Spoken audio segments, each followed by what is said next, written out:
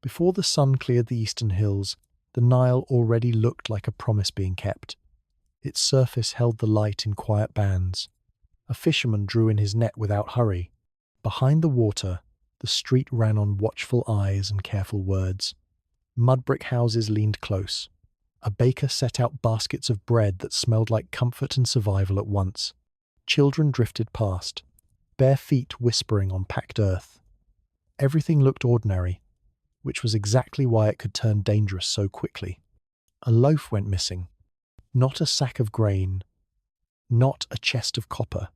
One simple round of bread, small enough to vanish under an elbow. At first the baker assumed a mistake, a miscount, a careless hand. He counted again. Then he looked up, and the air changed. Someone had taken what was not theirs. Someone had chosen imbalance. In another place, that might have ended as a muttered curse and a tightened grip on tomorrow's goods. Here, the missing loaf became a question that wanted names. Neighbours lingered in doorways a little longer than usual.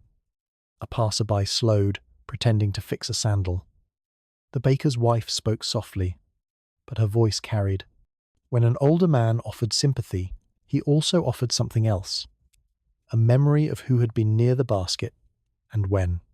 Soon a small group moved toward the local official, not with torches and fury, but with the quiet certainty that a wrong must be set right before it grew teeth. A complaint was made in the same tone a person might use to report a cracked wall before the house collapses. The details were sharp. The loaf was described as if it had been a jewel, because in Egypt, the object was never just the object. Across town, a child discovered an emptiness even harder to explain. A small amulet had hung from a cord at his neck, polished by fingers that touched it for luck. It was not worth much in metal, but it was heavy with meaning. His mother had tied it there after a fever, after a night when his breath had sounded too thin. Now the cord was bare. The child stared, and the room seemed colder than it should. The mother did not search only under mats and in baskets. She went to people. She asked questions that sounded polite but landed like stones. Who had visited? Who had stood too close? Who had smiled and watched the cord? A neighbour insisted no one had seen anything. Then, minutes later, remembered a stranger near the well. Another neighbour claimed to have heard a child boasting. Certainty grew from rumour the way mould grows from damp corners, quietly, patiently, almost without permission. Officials heard these stories because small wrongs were not small here. A stolen loaf could mean hunger. A stolen charm could mean terror. But beneath both was something deeper. The belief that disorder spreads. A single act of taking could teach others that taking was possible. It could loosen the invisible knots that held a street together. If people stopped trusting measures, promises, and boundaries, the world would begin to tilt. So the scariest threat was not a cell or a whip. It was the moment a person became known as someone who breaks the balance, someone who invites chaos into ordinary rooms. In a land that praised harmony in stone and song, the greatest punishment could be a name spoken differently, a glance that lingered, a door that did not open, and as the sun climbed higher, innocent, the town kept moving, as if nothing had happened. But beneath the daily rhythm, another rhythm was beating, the need to restore what had been disturbed. To understand why a loaf and a charm could carry such weight, the listener must step closer to what Egyptians guarded most fiercely, the order they believed held up the sky. The market wakes before the sun, already restless. Voices rise over baskets of grain. Hands gesture too sharply. A small argument swells and dissolves. To an outsider, it looks ordinary, even harmless. Yet above the noise, carved into temple walls and painted on lintels, a quieter message waits. Order is sacred. Balance is life. What unfolds between these people is never just between them. The Egyptians called that balance ma'at. It was not an idea meant for debate, but a living thread believed to run through every hour of existence. When the Nile flooded on time, when children slept without hunger, when the sun returned each morning, ma'at was said to be intact. When something went wrong, It meant the thread had been pulled, frayed by a human hand. In this world, wrongdoing carried a different weight. Stealing grain was not only theft, it disturbed the harmony that kept fields fertile. Lying to a neighbor was not a private failure. It bent the unseen order that allowed families to live without fear. Even the king ruled only as long as he embodied Ma'at. His crown was less a symbol of power than a promise that balance would be preserved. Law, then, was never cold or distant. It was intimate, almost domestic. Imagine an official seated in the shade, complaints murmuring toward him like insects. A farmer speaks of missing tools. A woman accuses her brother of deceit. The official listens, not hunting for clever evidence, but for imbalance. He watches faces, measures reputations, senses whether the story restores or disrupts the rhythm of the community. Truth was not always a single sharp fact. It was something heavier and softer, shaped by memory and consequence. A confession could matter more than proof, because admitting fault was an act of realignment. Compensation soothed more than punishment alone, because restoring what was taken helped stitch the tear back together. Public shame worked as a warning flare, reminding everyone how easily disorder could spread. From our distance, this justice can feel unsettling. Why such severity for small acts? Why such concern over words whispered or promises broken? Because to them, a lie was never just a lie. It was a pressure on the world itself, a tilt so slight it could go unnoticed, until suddenly the sky felt wrong. Ma'at demanded constant attention. It was fragile, always at risk. Left alone, imbalance did not fade. It grew. Like a stain seeping deeper into cloth, it threatened to discolor everything it touched. Law existed to scrub early, to prevent chaos from finding a home in ordinary moments. As the day darkened and disputes quieted, the officials' work did not end. Each decision echoed beyond the square, reinforcing the sense that order was being watched, guarded, maintained. And when balance could not be restored gently, harsher measures waited in the shadows, ready to answer Ma'at's demand. This belief quietly shaped every fear and every silence. People learned to measure their actions not by intention alone, but by the ripple they might cause. A careless gesture, a withheld apology, a debt ignored too long could invite attention no one wanted. Order did not threaten loudly, it watched patiently.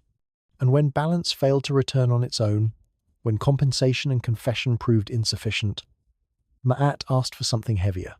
The system that soothed could also wound. The same calm that listened could harden into correction. Punishment was not meant to satisfy anger, but to seal a crack before it widened.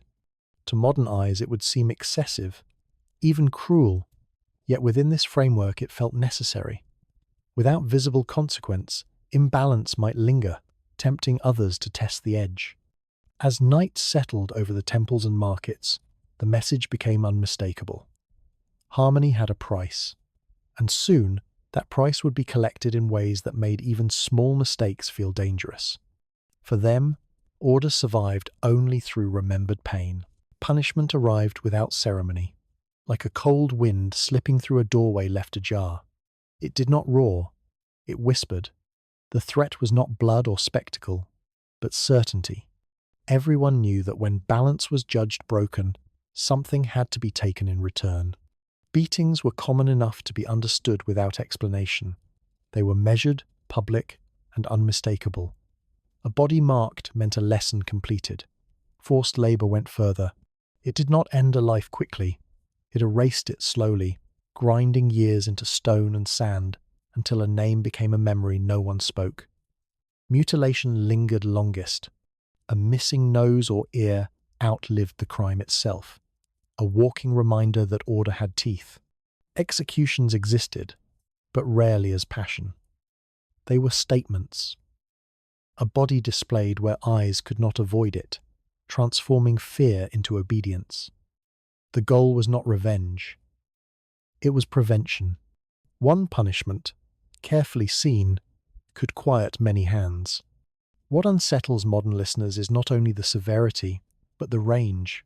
One man might pay a fine and return home. Another, guilty of a similar act, vanished into labor camps or worse. Status bent outcomes. Timing mattered. So did who felt threatened. Justice was flexible, and that flexibility made it terrifying. Consider the small acts that opened the door. A person took food when the granaries ran low. Another adjusted a measure, shaving a fraction for personal gain. Someone crossed into a restricted space, curious or careless. A careless insult slipped toward the wrong official. Each act felt minor in isolation. None seemed worth ruin. Yet the system reacted as if the world itself were under attack. Scarcity meant fear of famine. A false measure threatened trust in trade. Trespass suggested disrespect for sacred boundaries. An insult challenged authority, and authority protected Ma'at. The response escalated not to match the object stolen, but the danger imagined behind it. This was justice as theatre. Punishment taught through visibility. Pain was not hidden because hiding it would dull the lesson. A crowd needed to see balance restored, even if restoration came wrapped in dread. The spectacle was restrained, deliberate, and effective. Still, the system was not mindless.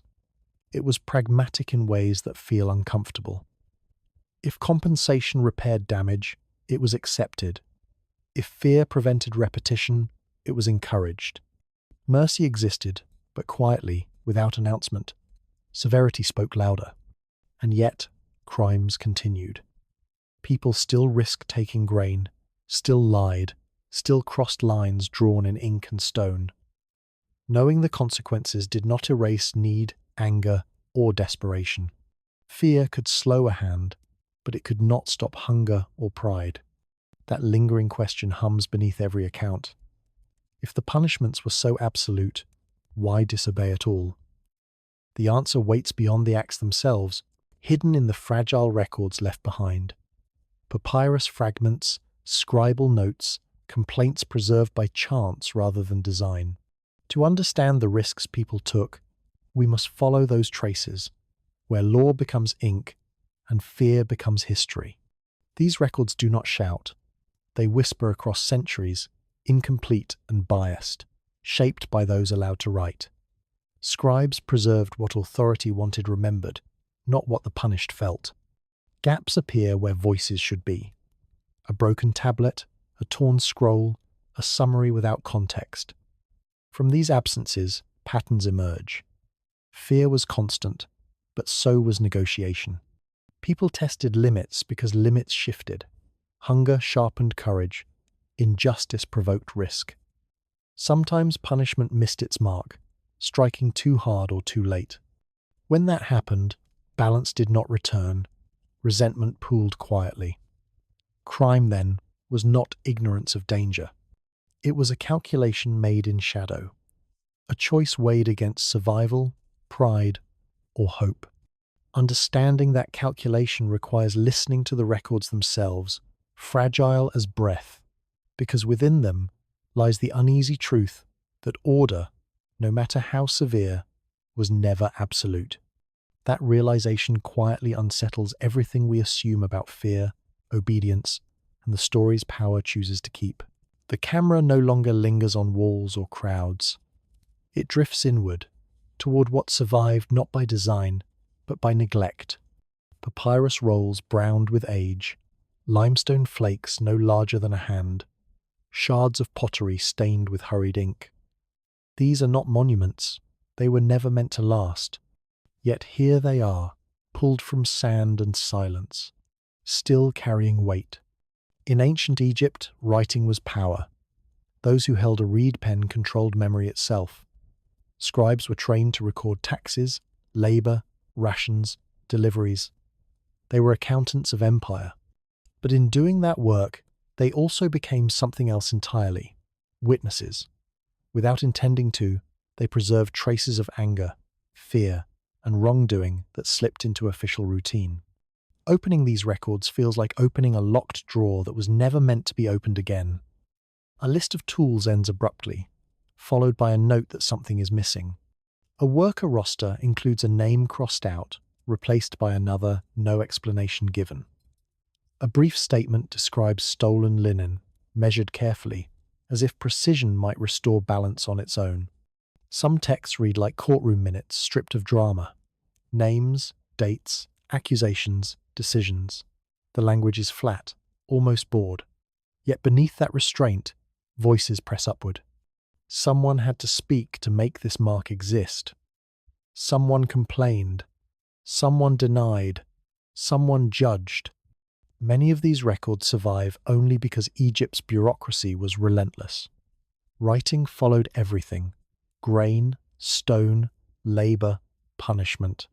When a papyrus was discarded or a limestone flake reused, it was not destroyed with ceremony. It was tossed aside, buried under newer layers of order. Time, ironically, protected what people did not value. To read these fragments is to learn how belief shaped credibility. Not everyone could write. Fewer could accuse with confidence. Even fewer could expect to be believed. Status bled into ink. A foreman's complaint carried weight. A laborer's protest might be summarized, softened, or ignored. Silence itself becomes evidence. This is where the mystery deepens. What we know about everyday crime survives unevenly. Theft appears more often than violence, not because it happened more, but because it disrupted records. Missing goods demanded documentation. Hurt feelings did not. The archive reflects anxiety, not fairness. Each artifact feels like a voice returning from darkness, but none speaks alone. A single complaint means little without context. A list of stolen items does not explain hunger. A punishment recorded without testimony hides its cause. The gaps between texts grow as loud as the words themselves. Modern readers must learn to read the room of ancient Egypt. Who stood to gain by writing this? Who was absent? Why was this moment preserved when countless others vanished? These questions hover, unanswered, turning certainty into suspicion. And still, the evidence remains stubbornly human. Ink smudges where a hand hesitated. Lines squeezed between margins as if space were running out. Corrections scratched away with quiet frustration. These are not myths. They are working documents, shaped by tired eyes and daily pressure. Even errors matter. A miscount corrected later, a name spelled two ways, a date adjusted after complaint. These small inconsistencies reveal a system run by people, not gods. Order depended on fallible hands, and those hands sometimes trembled.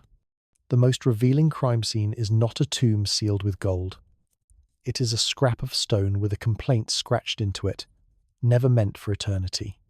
Because within these fragments, we glimpse a society trying to control itself through writing and failing just enough to leave fingerprints behind. Now that we know these records are real, but incomplete, something shifts. The questions sharpen. What did fear sound like when it was written for help, not record? To hear that, we must turn from lists and ledgers to the most personal texts of all. Letters, petitions, and pleas, where imbalance speaks plainly and order is begged for, line by line. They survive not to comfort us, but to unsettle how justice remembers itself forever. A single petition can change the tone of everything. It is not carved in stone or painted for eternity. It is folded, carried, unfolded again with shaking hands. Someone writes because silence feels more dangerous than speaking, because being named without answering is how balance collapses.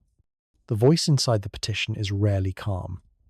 It explains who was wronged, who accused whom, what was taken, what was said. Injuries are described carefully, not for sympathy, but for proof. Witnesses are named like anchors, dropped into the text to keep the story from drifting. Suffering is framed in moral language, because pain alone is not enough. The writer must show alignment with Ma'at, even while pleading for relief. These documents feel intimate in a way monuments never do. Hunger appears between lines. Jealousy slips through formal phrases. The words do not pretend to be neutral. They persuade. They perform honesty for those with the power to listen. What matters most is not only what happened, but who will believe it. Truth travels through people, not paper. Neighbors repeat stories, foremen vouch or withhold support, priests lend moral weight. Officials decide whether a voice deserves air. Family ties stretch like safety nets, or tear under strain. Reading these petitions feels like overhearing a private confession meant for a single pair of eyes. The writer knows the risk. To complain is to invite scrutiny. To explain too much is suspicious. To explain too little is dangerous. Every sentence balances urgency against restraint. Humiliation hangs heavy. So does panic. The fear is not only punishment but reputation. To be labelled unbalanced is to lose standing, trust, work. Once a name is written, it moves. It can be copied, summarized, judged. The crime itself may fade, but the record remains. Some of the most detailed narratives come from ordinary workers. They had the most to lose and the least protection. Elites could remain silent, absorb loss, settle matters quietly. Workers needed words. They needed their version preserved somewhere, anywhere. A petition might describe stolen rations during scarcity, or an accusation that feels false and suffocating. It might recount a beating, or a threat whispered after dark. The details pile up because the writer fears disbelief. Each added fact is a shield. Yet even here, gaps remain. Names are omitted. Motives softened. The writer shapes the story, not to deceive, but to survive. Honesty is strategic. Emotion is controlled. The goal is not justice as we imagine it, but restoration of balance before chaos hardens. These petitions also reveal patience stretched thin by time. Days pass without response, then weeks. Writers repeat themselves, adjusting tone, adding witnesses, sharpening claims. They remind officials of loyalty, past service, proper conduct. Some plead directly to gods alongside men, blending prayer with paperwork. The act of writing becomes endurance. Each copy is a gamble that the right reader will care. Failure means waiting again, watching rumors move faster than ink. In that delay, fear grows. Accusations gain shape without answer. The petitioner imagines decisions being made elsewhere, without their voice present. Writing is the only defense against disappearance. Silence could erase a person as effectively as punishment. To be unheard was to drift outside order, where Ma'at no longer protected anyone. That fear presses against every line, shaping how stories are told and retold. It explains the careful tone, the moral framing, the endless repetition. Writing was survival practiced slowly, and failure meant fading quietly. Few risks felt greater, few felt closer, few slept well, at all. As these voices rise from papyrus and stone, the system feels closer, more human. Law listens, sometimes, not always kindly, not always fairly, but it listens enough that people keep writing. After hearing these voices, attention shifts outward. Words tell us fear and intent. Objects tell us action. Seals, tools, doorways, and spaces where lines were crossed begin to speak. The story moves from what was said to what was touched, handled, broken. And in those silent clues, another kind of confession waits. The story turns tactile, grounded in objects that once passed through countless hands. Broken seals lie where authority expected certainty. Missing jar stoppers suggest doors opened at the wrong hour. Storage marks altered by a single stroke hint that someone wanted numbers to say something else. These traces feel small, almost polite, yet they unsettle more than dramatic crimes ever could. Ancient Egypt relied on systems of control built from routine. Labels tied jars to storehouses. Rooms were locked, not to challenge thieves but to slow temptation.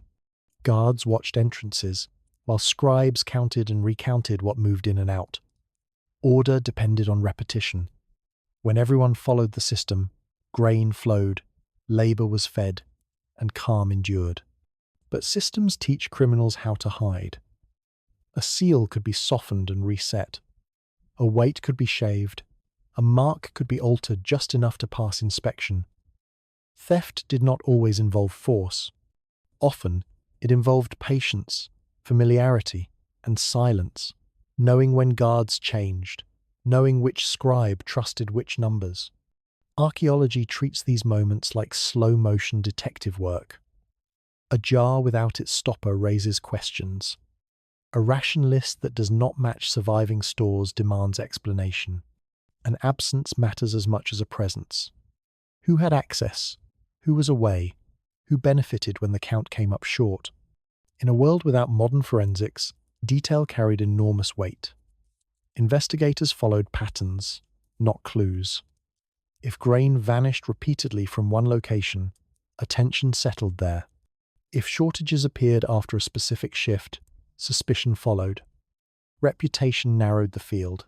So did habit. The ordinary objects tell the story best. Measuring jars standardized fairness, until they didn't. Weights promised equality, until one weighed less than it claimed. Gate logs tracked movement, until someone forgot to write a name. None of these failures looked like crimes at first. They looked like errors, and errors were dangerous. Egypt's economy ran on trust and counting. Fraud could starve a household as surely as robbery. A false number on a ration list might mean a child went hungry. A quiet adjustment could ripple outward, weakening confidence in the entire system. That is why small lies mattered so much. The calm tone of these objects hides sharp consequences. A broken seal was not just damage. It was a question asked loudly. Who crossed this line? Why? And what else might they have taken? Investigators moved carefully, knowing that accusation itself could unbalance lives. Sometimes the answer was mundane. A jar broke, a mark faded, but sometimes patterns hardened. Someone always seemed present when stores fell short. Someone always benefited when others did not. In those moments, routine became evidence. The suspense comes from method, not drama. We reconstruct wrongdoing the way they might have. Slowly, cautiously, without certainty. Each system designed to preserve order also created new vulnerabilities. Control produced its own shadows. These systems also shaped behavior in subtle ways. People learned where temptation lived and where oversight slept. Trust was never abstract. It was assigned, monitored, revised. A familiar face gained access, others never did. Absence itself became suspicious.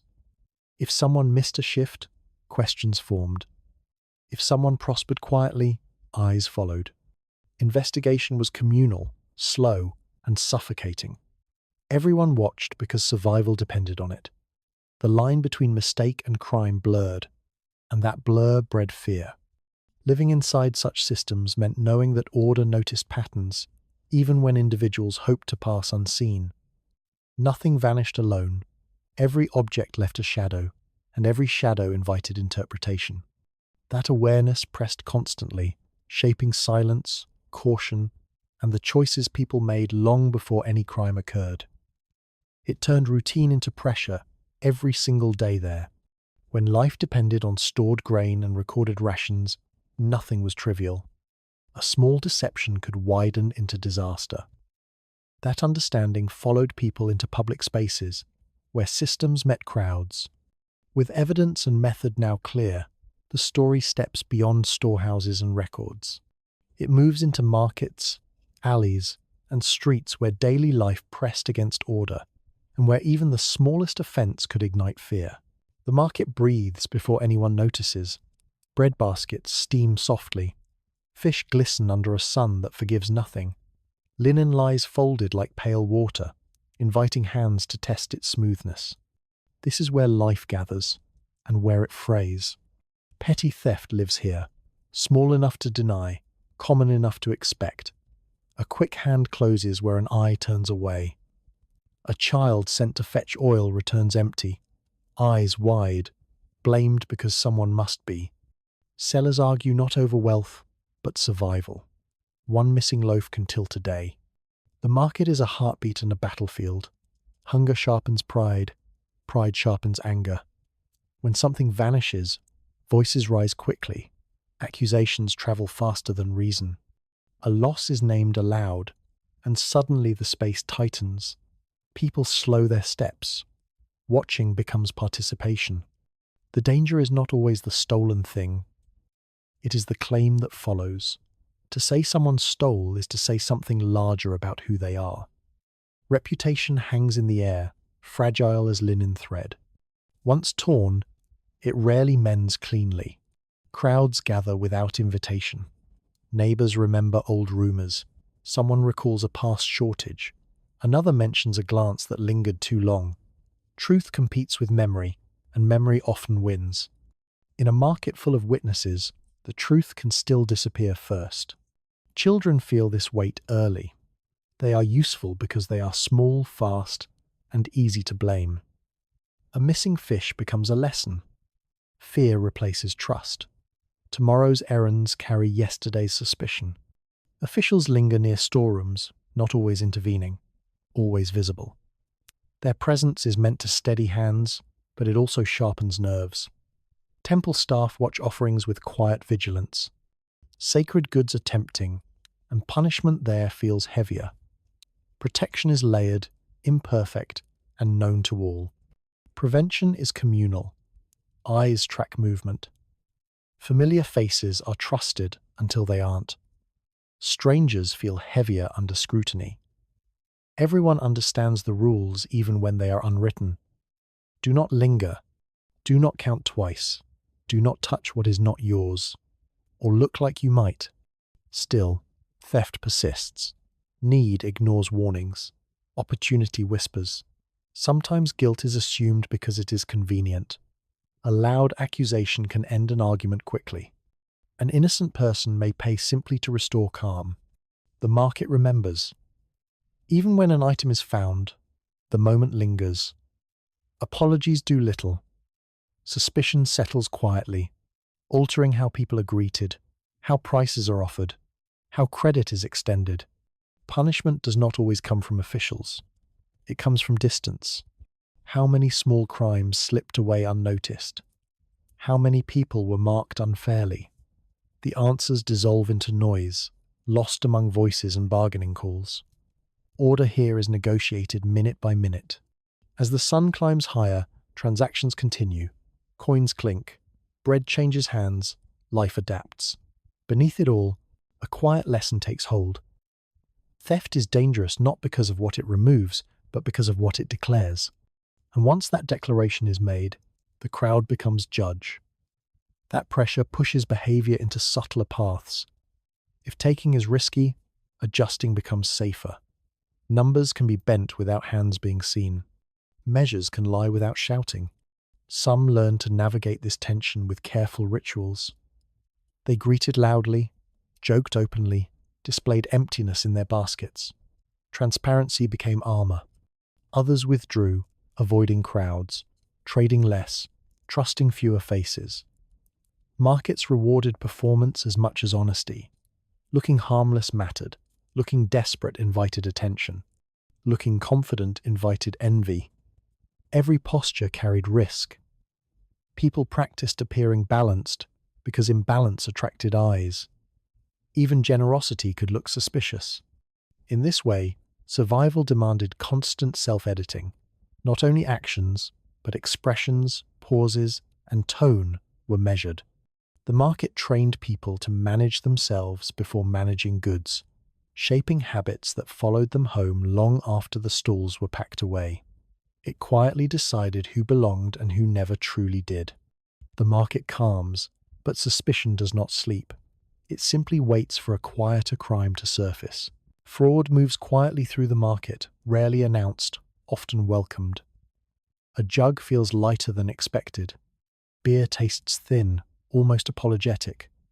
Cloth stretches strangely when pulled. Nothing is stolen outright, yet something is missing. This is the stealth crime of ancient Egypt, less dramatic than robbery, but more corrosive. It feeds on doubt, it survives on politeness, and it thrives because proving it feels harder than enduring it. Silence keeps everyone uneasy and strangely complicit. Cheating unfolds slowly. A customer pauses, frowns, weighs suspicion against embarrassment. To accuse without certainty risks becoming the problem. Neighbors whisper instead. A familiar seller suddenly feels unfamiliar. Days pass. Measures are watched more closely. When doubt grows loud enough, a dispute forms, awkward and restrained, edging towards something formal. Something that requires writing a complaint no one wants to file because proof feels dangerous, slow, and humiliating for all involved here today, still now. This uncertainty mattered because numbers fed families.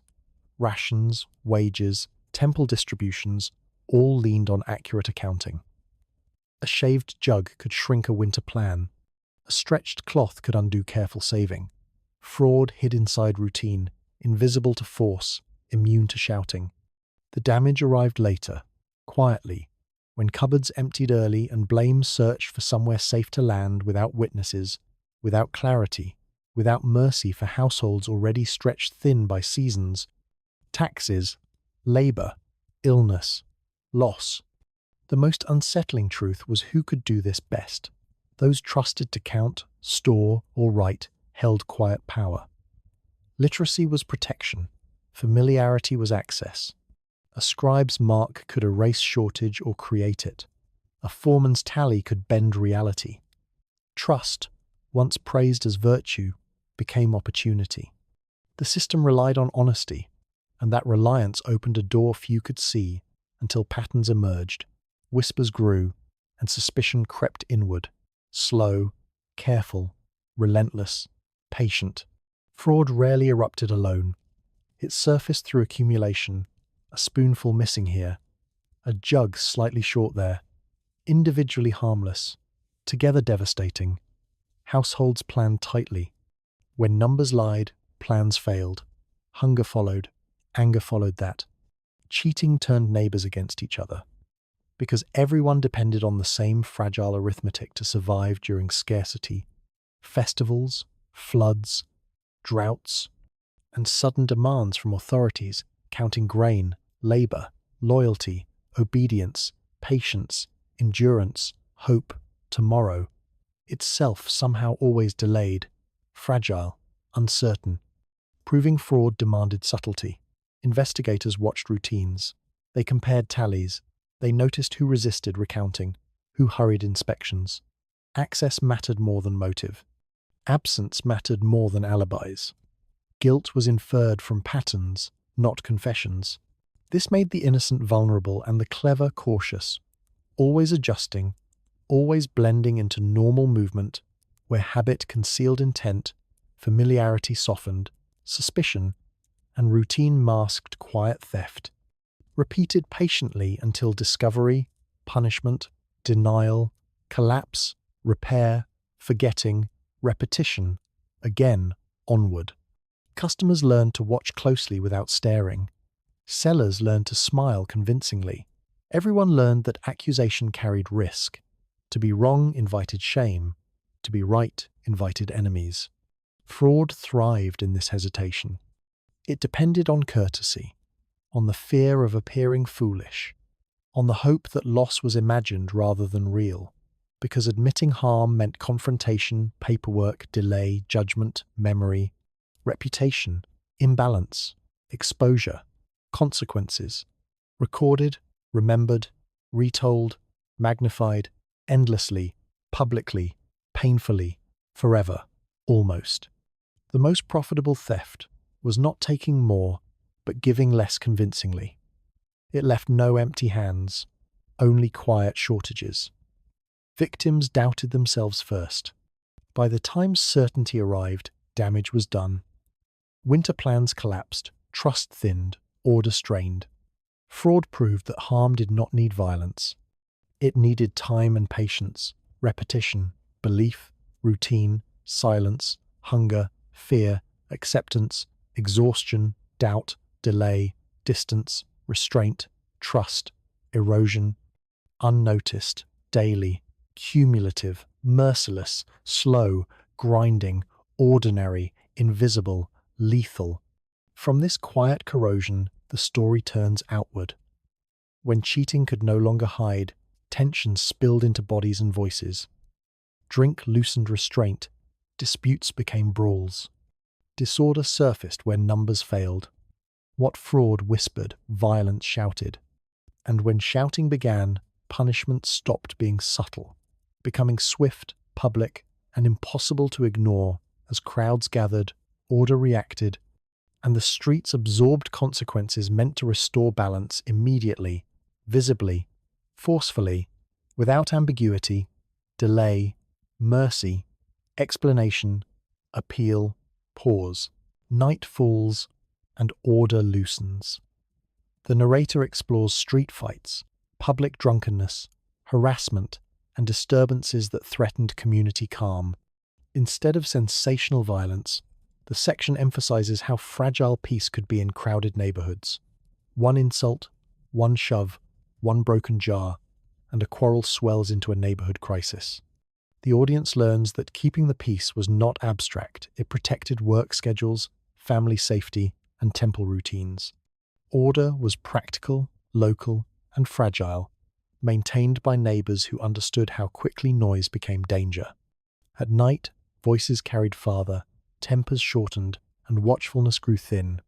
A single insult could unravel hours of restraint. A shove in a narrow lane might pull families from doorways and turn witnesses into participants.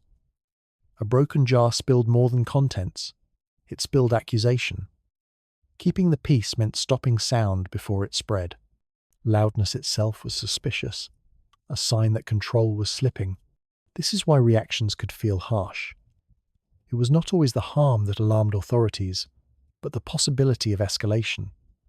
A single shout could be treated like a spark in a granary. If ignored, it invited more. Disorder was believed to multiply if left unanswered. The response followed a familiar rhythm. Someone complained, loudly or formally. Witnesses spoke, sometimes reluctantly, sometimes eagerly. Local officials or councils intervened, aiming less to discover truth than to restore silence. Discipline followed quickly. Fines, beatings, or confinement were used not to punish emotion, but to end it. The goal was calm. Peace protected more than feelings. It protected sleep, work schedules, children, and the steady rhythm temples required. One night of unrest could ripple into missed labor, delayed offerings, and anxious households. Fear of that ripple hardened responses. The streets at night taught people restraint through example. A punishment seen once did not need repeating. Silence afterward felt earned, but uneasy. Even calm carried memory.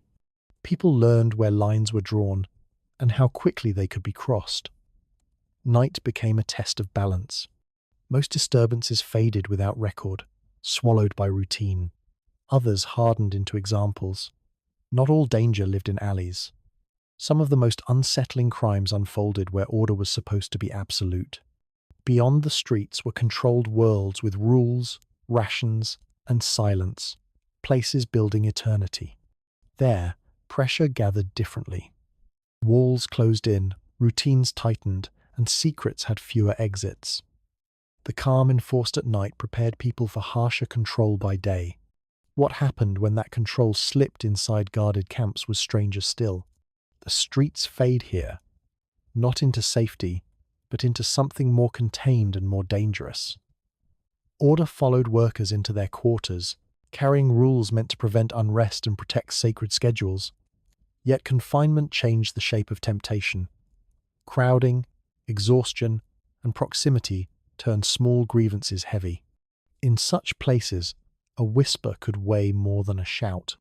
Peace depended on silence enforced from above and endured below. When that silence cracked, consequences traveled quickly. The same fear that quieted streets now pressed inward. Workers carried lessons learned outside into spaces meant to last forever. They knew how easily order could collapse. They also knew how carefully it was watched. Those camps promised stability, food, and purpose. They also concentrated stress, secrets, and opportunity. What simmered there would challenge assumptions about where crime belonged. The night's lessons prepared the ground. Soon the story steps fully inside those walls. Inside, order was rationed, monitored, and quietly violated. The smallest disturbances there carried enormous weight, because in a place built to house eternity, imbalance felt unforgivable. The lullaby of the streets ends, replaced by something more controlled. And what grows next does not need crowds to become dangerous. It needs only walls, routine, and people who cannot leave. From here, the documentary enters the workers' world, a place of rules, rations, and secrets, where crimes learn new shapes. The street fades completely, but pressure does not. It tightens.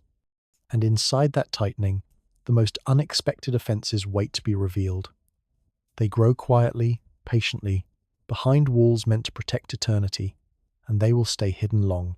The path narrows as the story enters a place designed to be watched. A village set apart from the rest of Egypt, tucked between cliffs and desert, close enough to royal tombs to guard their secrets, far enough from the Nile to remain contained. Here lived the tomb builders, artisans trusted with eternity. Their world feels small immediately, like stepping into a town where every door knows your name. Daily life followed order. Rations arrived on schedule, measured and recorded. Work rotations divided days with precision. Foremen assigned tasks, scribes counted attendance, officials inspected progress. The rhythm was steady, reassuring, almost comforting. This was sacred labor, and sacred labor demanded discipline. Privacy barely existed. Houses pressed close together. Voices carried. Absences were noticed. Habits became public knowledge. Everyone knew who drank too much, who argued with whom, who lingered too long near the storerooms. In such a place, small actions felt larger, magnified by proximity. Petty offences sharpened quickly. A missing chisel was not just inconvenience, it stalled work meant for kings. Questioned rations hinted at favoritism or theft. A delayed delivery sparked arguments that echoed far beyond hunger. Rumours spread softly, then hardened into belief. When everyone watches everyone, suspicion becomes communal. What makes this village extraordinary is not just its isolation, but its paperwork. Administration watched everything, and workers wrote about everything. Complaints were recorded, disputes preserved, absences explained, illness noted, anger formalized. This was a community that documented itself relentlessly, leaving behind an unusually rich archive of conflict. Reading these records feels like moving into the village yourself. Names repeat, relationships form. Tensions linger across months and years. A disagreement over rations resurfaces later as a refusal to work. A complaint against a foreman quietly reshapes alliances. Nothing disappears cleanly. The tone remains calm, but the air thickens. Order here is not freedom. It is pressure. Desperation grows quietly when routines fail. Resentment builds when fairness feels uneven. Even sacred purpose cannot erase exhaustion. Working daily on tombs meant to last forever sharpens awareness of one's own fragile life. The village was designed to prevent crime. Isolation limited opportunity. Oversight discouraged deviation. Trust was enforced by proximity. And yet, temptation lived here too.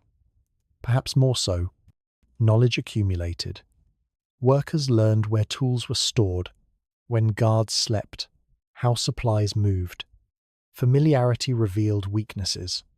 This is where the puzzle piece clicks into place. If you spend your life carving chambers for kings, you also learn where stone is thin. If you move through systems daily, you learn how they bend. Knowledge itself becomes temptation, quiet and persuasive. The safest place in Egypt, guarding royal eternity, may have been the best school for criminals.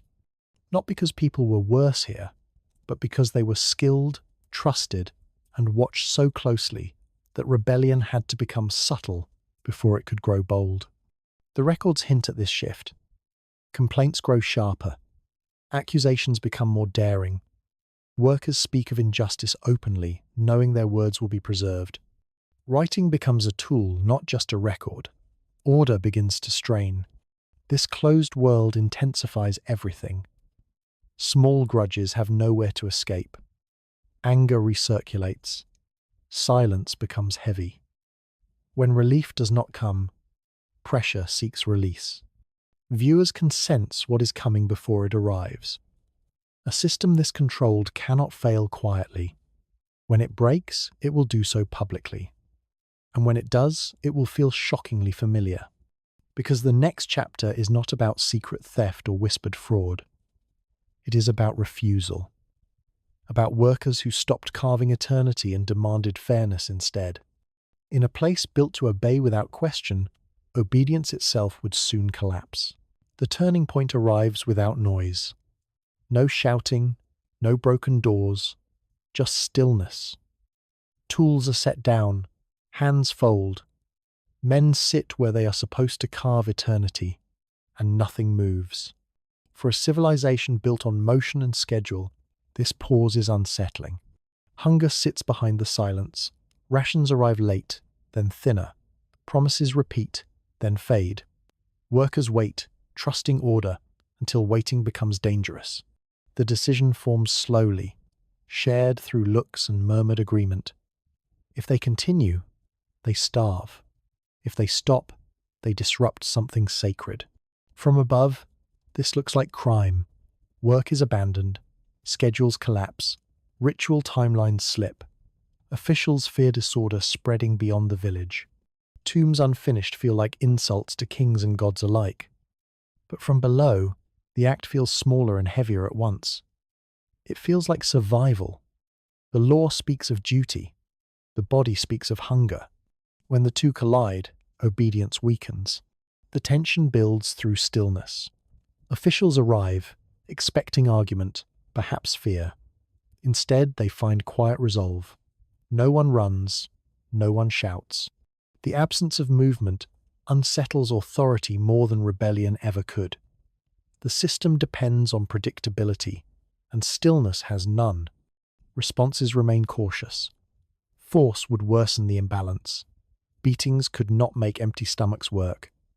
Negotiation begins, measured and uneasy. Supplies are promised, then partially delivered.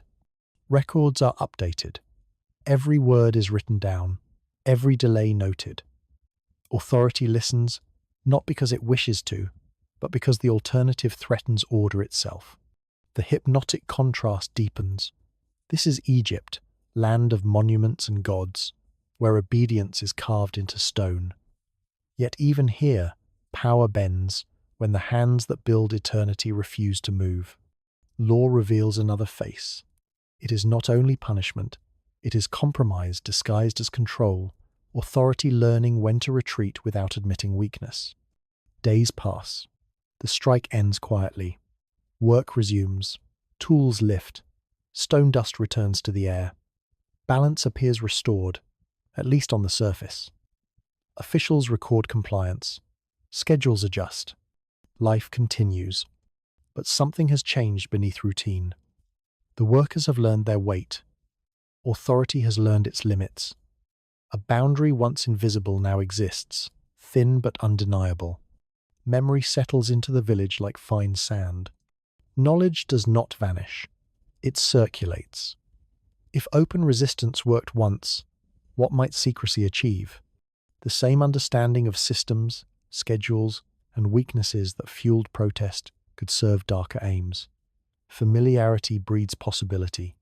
As order reasserts itself, trust thins. Oversight increases. Records grow heavier. Inspections linger longer. Yet suspicion lingers in equal measure. If workers could stop openly, they could also act unseen. The law tightens, but so does opportunity. This is the psychological shift. Obedience is no longer assumed. Compliance becomes negotiated, and negotiation leaves space. In that space, temptation grows quietly. The audience is left with an unsettling realization. Law in ancient Egypt was not absolute. It breathed, it bent, and in that flexibility lived both mercy and danger. Systems that listen can be learned, and systems that can be learned can be exploited. From here, the story darkens.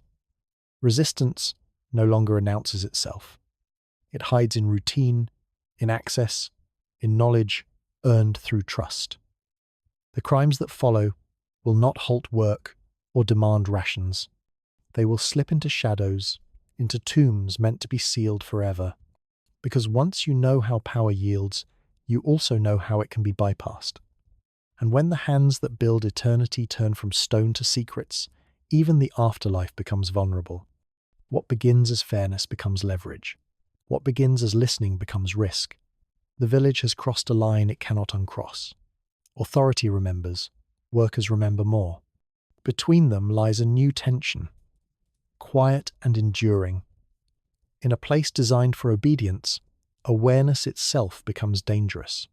And the calm that follows is not peace, but anticipation, waiting for what knowledge will unlock next. Something irreversible has begun, and the afterlife's guardians are no longer just builders, but watchers of opportunity, silence, and temptation waiting patiently in shadow.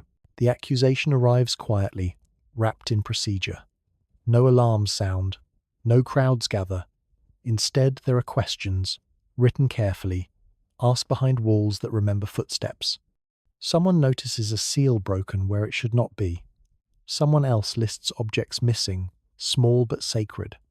The investigation begins like a slow walk through stone corridors, each step deliberate, each echo unsettling. Questioning follows routine. Who worked which shift? Who held keys? Who was absent? Witnesses speak in measured tones, naming details rather than emotions. A foreman recalls schedules. A scribe compares inventories. The language stays restrained, almost calm, yet dread presses through every line. Tomb robbery is not just theft, it is violation. The dead were locked behind stone, protected by rituals and law. Yet someone always seemed to find the door. Investigators do not rush to spectacle. They reconstruct access. Who knew the shortcuts? Who understood the blind spots? Who could move without being noticed? Suspicion settles close to home. The reveal arrives softly. The people closest to protecting the tombs were also the ones most capable of violating them. The guardians knew where stone thinned, when patrols shifted, how seals could be replaced. Knowledge meant safety, but it also meant opportunity. This truth lands without drama, heavy and undeniable. The crime is material and spiritual. Gold and linens matter, but faith matters more. Tombs promise safety beyond death. If they can be breached, what else is fragile? Stealing from the dead threatens the living's belief that order extends past the grave. The imbalance feels cosmic. Investigators move cautiously, aware of panic's power. They gather statements, compare absences, note sudden possessions.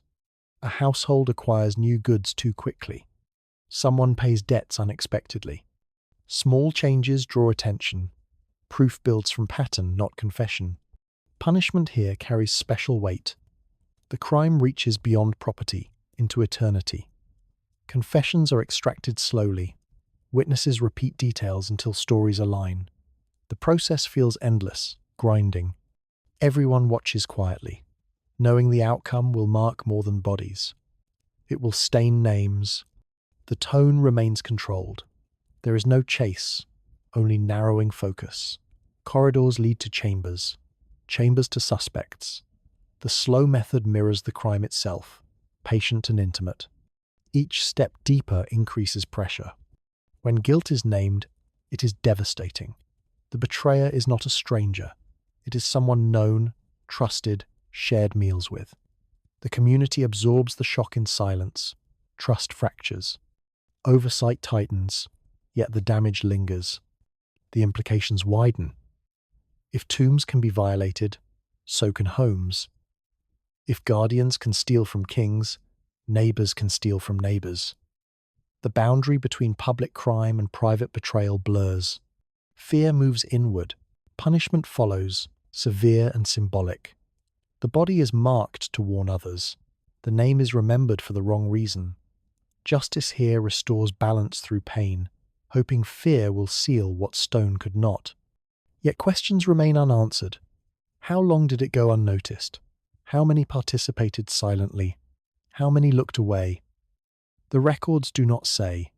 Gaps remain like dark niches in the walls. The audience feels the descent deepen. Crime no longer lives at the edges of society. It lives inside it. Inside trusted roles, sacred spaces, daily routines. The afterlife was not the end of vulnerability. It was another frontier. As the investigation closes, attention shifts again. From eternity to intimacy, from tombs to households. Because once theft entered sacred chambers, it did not stop there. It followed people home, into marriages, into accusations whispered at night. And there, the consequences could be even more personal, etched onto flesh and memory alike, where no stone walls could contain the damage done forever. The voice lowers, as if stepping into a room where others are sleeping. Here, crime does not announce itself, it whispers. Adultery, jealousy, and suspicion live inside households, wrapped in ordinary days. These were not love stories. They were stories about stability, inheritance, and who belonged where. A marriage was an arrangement of lives and property. Children fixed lines of descent. A household's balance depended on trust being visible. When intimacy crossed an unseen boundary, it threatened more than feelings. It threatened the future. Scenes unfold quietly. A neighbor notices visits that last too long. Gifts appear without explanation. Whispers pass between doorways. Someone watches from a roof at dusk. Nothing is proven. Everything is felt. Accusations rarely began loudly. They formed slowly, built from glances and timing. Who spoke first mattered. A husband's claim carried weight. A wife's protest could be doubted. Servants saw much, but risked everything by speaking. Reputation shaped belief before evidence appeared. Once named, suspicion spread fast. Privacy collapsed. Family members were questioned. Neighbors repeated fragments. What was once intimate became communal. Judgment gathered without ceremony. The crime was framed as disruption. Desire mattered less than disorder. An affair could redirect inheritance, weaken alliances, and invite instability into a home that depended on routine. Law stepped in to protect order, not romance. Punishments were designed to wound memory. Public humiliation taught lessons efficiently. A reputation damaged by accusation could outlive any verdict. Even innocence struggled to repair what rumor broke. The claustrophobia was real. In close communities, oversight never slept. Every movement could be interpreted. Safety depended on appearing balanced. A wrong relationship could erase support networks built over years. Women carried particular risk. Their bodies anchored lineage. Their choices were watched more closely, judged more harshly. Yet men were not immune. Accusations followed power, property, and jealousy alike. Some disputes ended quietly, absorbed by families desperate to avoid exposure. Others hardened into formal complaints, etched into records that preserved pain without context. The words are calm. The consequences were not. The gentle tone of these stories hides sharp edges. Love became leverage. Trust became evidence. Silence became strategy. The household, meant to shelter, became a site of danger. In ancient Egypt, a secret affair did not just break hearts, it could break a future. And once intimacy turned risky, attention shifted naturally to what intimacy endangered most. Property waited nearby, patient and unforgiving. Property was never neutral inside the home. Fields, tools, furniture, and stored grain carried memory and obligation. Ownership determined security after illness, divorce, or death. When intimacy blurred loyalties, property felt immediately threatened. Arguments shifted from feelings to lists, from whispers to measurements. A gift questioned became evidence. A shared meal suggested theft of more than affection. Law listened closely, when material order seemed unstable, because property anchored households to the wider system. Without clear ownership, families unraveled, and with them the calm officials depended on. This made domestic disputes relentless. They did not end with apologies. They returned during inspections, wills, and inheritances. Old accusations resurfaced when land changed hands or a parent died. Even resolved cases left residue, shaping who could claim what. The household became a legal landscape where memory mattered as much as proof. Fear lived quietly there, teaching people caution in affection and restraint in anger. Intimacy carried calculation. Trust demanded witnesses. Love survived, but carefully, aware of how quickly it could be reframed as risk. This pressure explains the records we have, calm words describing private pain. It also explains what comes next, because when property enters law, conflict hardens. The next stories follow disputes that never softened, only grew sharper with time. Those conflicts will reveal how material fear reshaped justice itself, turning homes into battlegrounds of claims and counterclaims, where law pressed closer, harsher, and more enduring than any fleeting desire. There, nothing stayed private for long, and consequences lingered for generations afterward. Property disputes arrive like slow poison, working quietly through households that once felt stable. Boundary lines are argued again and again. Goods are borrowed and never returned. Inheritance is questioned. Wills are contested. Nothing explodes. Everything lingers. These conflicts unfold as long mysteries. Who owned what first? Who promised what aloud? Who remembers differently now? The answers hide in memory, paperwork, and fatigue. A brother claims a field he worked for years. A widow defends her share with calm precision. A neighbor insists a tool was taken by mistake, not malice. The tension lives in process. Names are spoken carefully. Seals are passed from hand to hand. Officials listen with tired eyes, aware that every decision creates another enemy. Time stretches. Disputes swallow seasons. What begins small grows heavy through repetition. In a society where records mattered, documents carried power. A name written once could outweigh years of labor. Control over writing meant control over reality. Those who could influence scribes or access archives held an advantage that felt invisible but absolute. This is where the theft becomes subtle. Not land, not gold, legitimacy.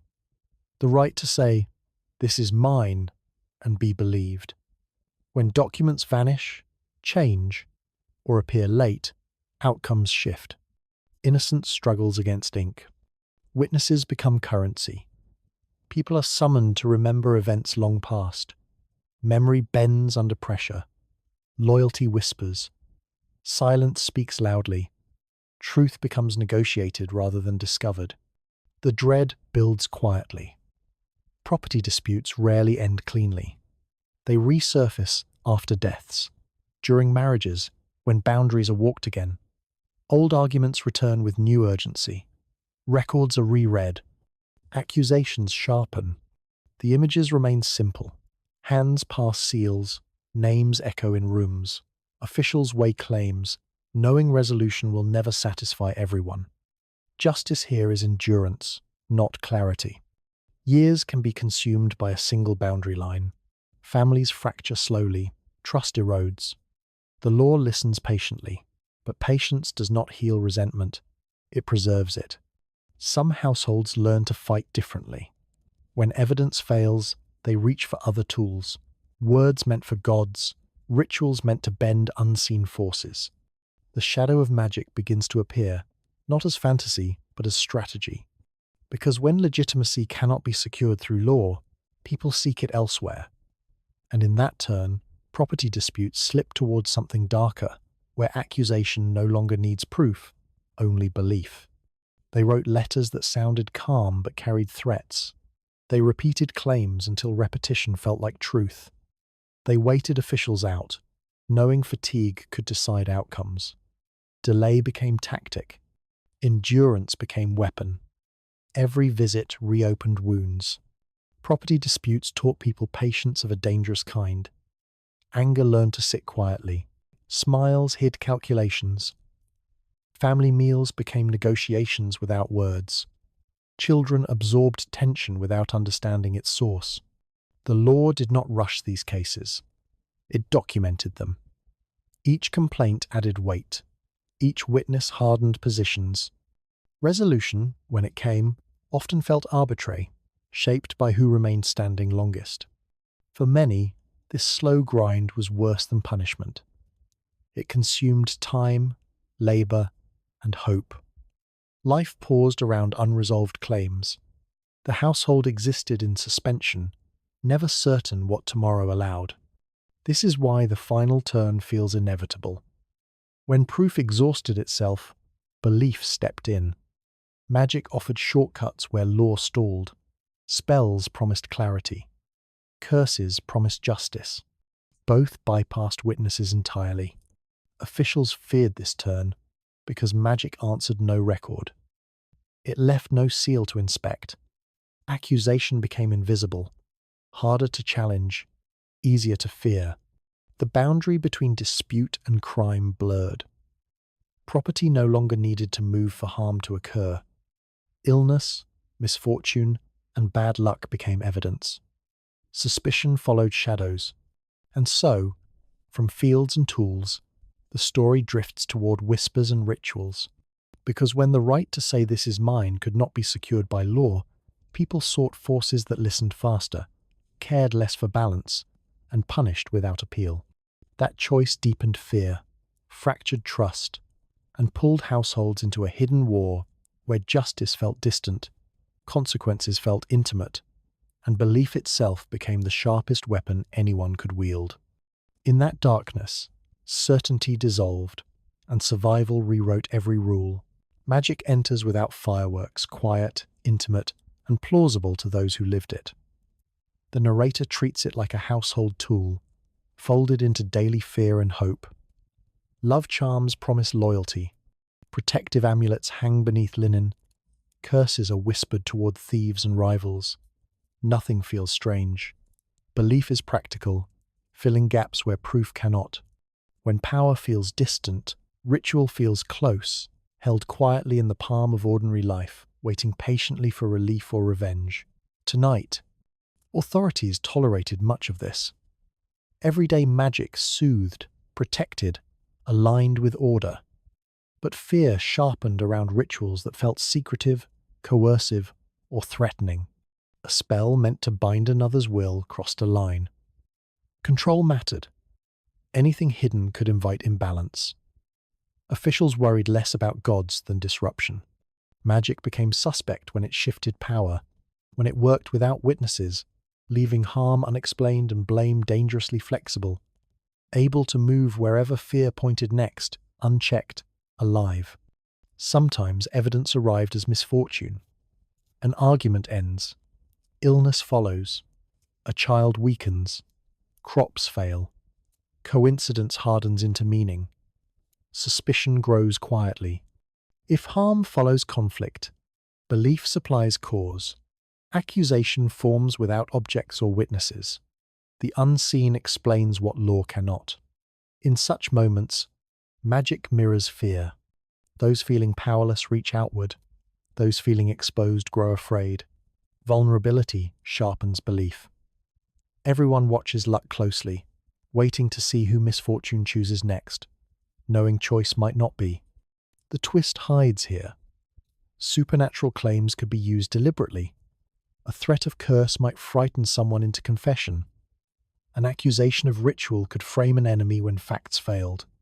Words about spells carried weight. Fear did the work evidence could not. This made magic dangerous to authorities. It bypassed procedure, turned belief into leverage, and left officials chasing shadows they could not catalogue, control, or disprove, while lives bent under suspicion, silence, and dread.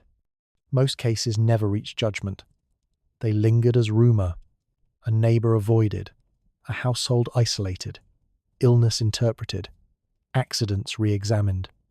Magic did not need success to function. Fear alone changed behavior.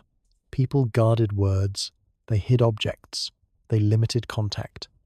Belief reshaped daily movement. In this way, unseen crimes punished without verdicts. Balance felt restored through distance, not law, leaving wounds unspoken and guilt suspended without resolution, proof, or mercy, only time and memory to settle. Authorities understood the risk. They allowed charms but feared curses. They tolerated prayer but punished threats. Boundaries were drawn around speech more than belief. Saying something harmful could matter more than doing it. Words were forces. Spoken intent carried weight. A curse, uttered publicly, could be treated as action. Control returned through regulating mouths, not minds. Order survived by watching language, listening for danger before belief hardened into chaos, where punishment waited ready, swift, and remembered. This blurred the line between magic and speech. Insults felt heavier, accusations sharper, testimony dangerous. Saying the wrong thing could ruin a life faster than a blade. Reputation collapsed under words. Fear listened closely. People measured language as carefully as actions. Silence became defense. A sentence could summon officials. Suspicion, punishment. The unseen traveled through sound, through names spoken aloud, lodged in memory, repeated until truth felt irrelevant, replaced by belief hardened into fate. Always, magic never vanished. It folded into everyday caution. People wore amulets quietly. They avoided enemies. They spoke softly. The fear was not monsters. It was exposure. Anyone could be accused. Anyone could be blamed. When proof was impossible, the unseen offered answers. Those answers carried weight. They shaped law, behavior, punishment. They taught people that belief itself could be weaponized, turned outward, inward, anywhere fear pointed, leaving scars without touch, blood, or sound, only memory. From whispered spells, the story turns towards spoken danger, because words alone could carry force. Insults, slander, testimony slipped easily into crime. A sentence could summon punishment. A name spoken wrong could unravel protection. The unseen prepared this shift. Belief taught fear to listen. Now, language steps fully into law. What is said becomes weapon. What is heard becomes fate. The household holds its breath, knowing speech can wound deeper than knives, longer than scars. The courtroom of daily life had no walls. It gathered wherever people gathered, and everyone present played a role. Neighbors became juries. Reputation became verdict. In this world, words carried weight long before any official listened. Honor worked like armor. It protected a person's place in the community, their access to work, help, and trust. A single harsh phrase could crack it. Repeated slander could wear it down completely, slow and relentless, until survival itself became difficult. Isolation was not dramatic. It was quiet. Doors closed. Invitations stopped. Prices rose. Help arrived late, or not at all. Scenes of friction unfold easily.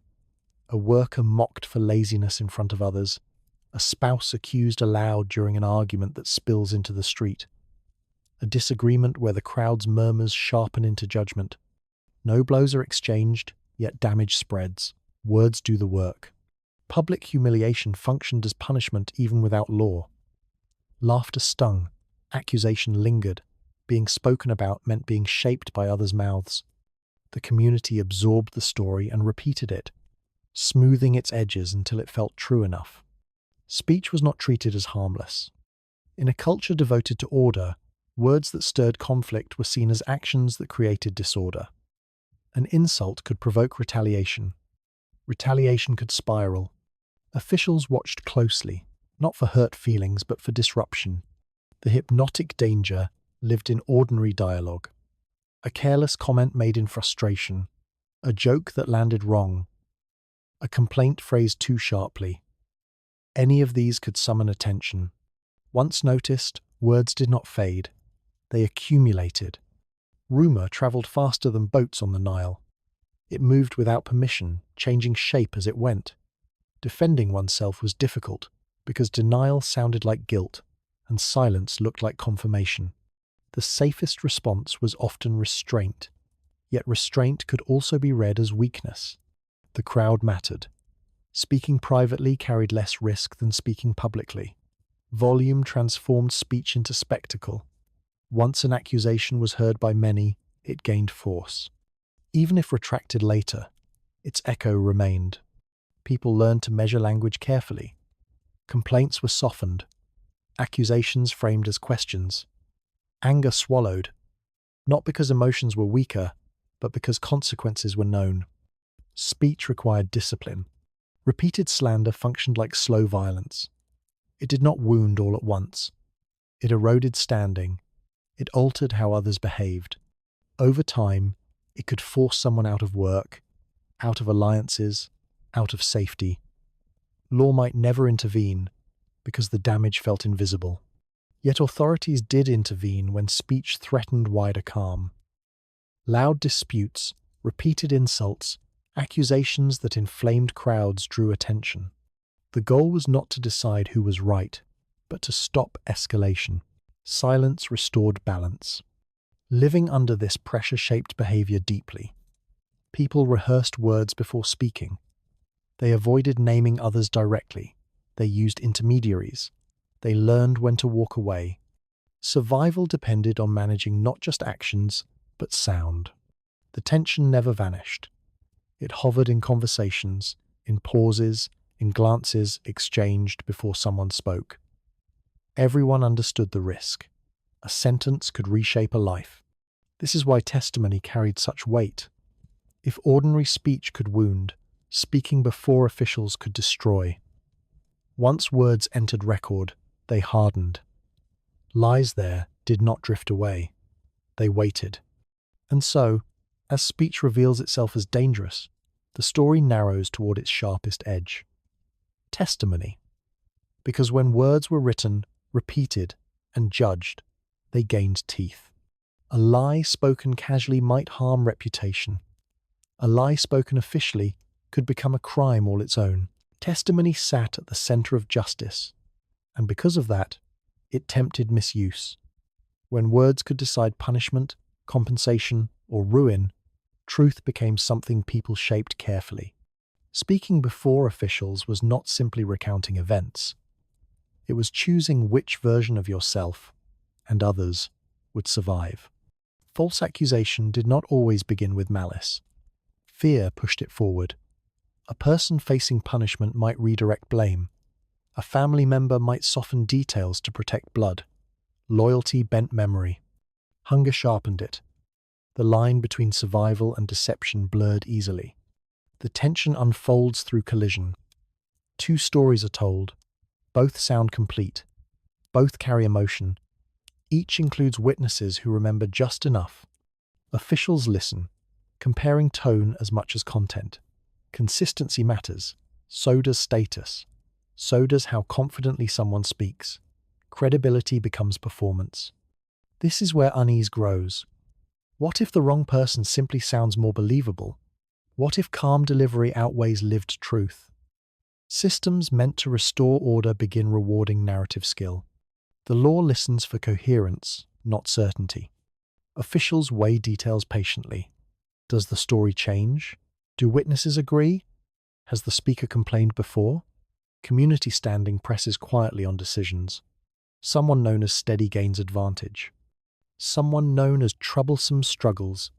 Even when honest, human motives pulse beneath every account. Fear of punishment tightens language. Desire for compensation stretches it. Hunger colors memory. Loyalty edits out harm. No one lies entirely. No one tells everything. The reveal lands softly. In many cases, the crime mattered less than who controlled the narrative about it. What happened became secondary to what could be proven, repeated, and believed. Justice followed the story that held together longest. This did not mean officials were careless. They understood manipulation. They asked questions. They separated witnesses. They listened for rehearsed phrases. But certainty remained elusive. Without physical proof, testimony carried enormous weight. Pressure on witnesses was common. Neighbors leaned on neighbors. Families negotiated versions. Silence was encouraged when speaking threatened collective harm. Truth became communal property, adjusted for stability. Some people learned to weaponize this. Accusations timed carefully. Stories delivered publicly first, privately later. Contradictions explained away as misunderstanding. The law's patience could be exploited. The calm tone of records hides desperation. A wrong verdict could end a life's stability. Being believed meant survival. Being doubted meant vulnerability. Testimony was not abstract. It was immediate and personal. Officials also knew that listening too closely could invite chaos. Endless disputes threatened order. Decisions had to be made, even when uncertainty lingered. Closure mattered as much as correctness. This created a subtle danger. Systems designed to restore balance could reward those best at sounding balanced. Performance masked reality. The law functioned, but imperfectly. People learned this. They practiced speaking. They rehearsed complaints. They coached witnesses. They adjusted tone. Speech became strategy. Yet speech still left room for doubt. Words faded. Memories shifted. What endured was writing. Once testimony entered record, it hardened. Ink froze versions of events. That permanence carried power beyond voice. And that is where the danger sharpened. If spoken lies could sway judgment, written lies could erase alternatives entirely. Altering records meant reshaping memory itself. The story edges toward that threat, from testimony to text, from voice to ink. Because in a society where writing was authority, the most dangerous crime was not only lying aloud, but fixing the lie so it could not be questioned later. From here, the documentary turns to scribes, seals, and altered documents, where reality could be edited quietly, without witnesses, and where a single stroke of ink could decide futures long after voices fell silent. A document begins quietly. Drafted by a practiced hand, it records names, dates, quantities. It is folded, sealed, stored. Later, it is retrieved, referenced, trusted. This path gives writing its authority.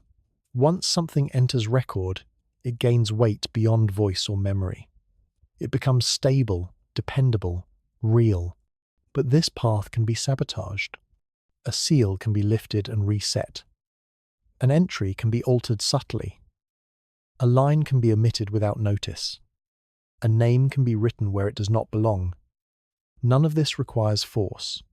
It requires access, patience, and knowledge. The danger is not loud, it is procedural. The documentary follows this slow unraveling like an identity theft story dressed in linen. A name is used without consent. A genealogy is twisted just enough to redirect inheritance. A transaction is recorded dishonestly, granting ownership that never existed. The victim may never know when it happened. They only feel the result when doors close. Literacy here is not merely education. It is leverage. Those who can write shape what others are allowed to remember. They decide which events survive and which dissolve. The power is quiet and complete. The shock lands softly. A single line of ink can steal property more cleanly than any burglar. It can steal freedom. It can steal reputation. And it leaves no broken locks behind. Only confusion, denial, and helpless appeal. The tone remains calm, almost tender toward the fragility of paper. Papyrus tears easily, ink fades, seals crack, yet the consequences endure. To be powerless in a written world is terrifying. You cannot argue with a record. You can only react to it. Officials rely on documents because memory falters. That reliance creates vulnerability. When a document lies, it lies persistently. Even when challenged, it demands effort to undo. Proof must be assembled, witnesses summoned, time spent. Many cannot afford that delay. Some scribes guarded their role carefully. Others exploited it, altering accounts, missing entries, impersonation during transactions. These acts rarely appear dramatic. They hide in routine. That is their strength. Victims experience this as erasure. Their version of events no longer exists where it matters. They may speak truth, but ink contradicts them. Officials hesitate. The record speaks louder. The fear spreads quietly. People become cautious about who writes for them. They watch seals closely. They demand witnesses. They memorize details. But vigilance cannot close every gap. Writing always moves faster than correction. This crime reshapes identity itself. If your name appears in the wrong place, you inherit obligations or guilt you never earned. If your lineage is altered, your future shifts. Paper becomes destiny. The most unsettling part is how ordinary it feels. No violence, no shouting, just ink, seals, storage rooms. The system functions as designed. It simply serves the wrong truth. Authorities understand this risk, yet depend on writing too deeply to abandon it. They add checks, they add witnesses, they add punishments. Still, the vulnerability remains. Control requires trust. Trust invites betrayal. A thief with a knife can take your goods. A thief with ink can take your life's story. That difference lingers. As the section closes, attention shifts again. Writing has shown itself as a tool of control, capable of quiet devastation. The next step leads into the most protected institutions of all, temples, places where records, offerings, and belief intersect. There, crime does not only steal from people, it offends gods. And when that boundary is crossed, fear deepens, punishment sharpens, and order responds with sacred force, preparing the final descent into crimes that threaten not just society, but the cosmos itself. Temples rise as glittering centers of wealth.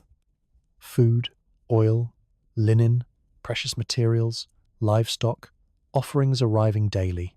They stand as the spiritual heart and the economic warehouse of Egypt, where prayer and accounting share the same walls.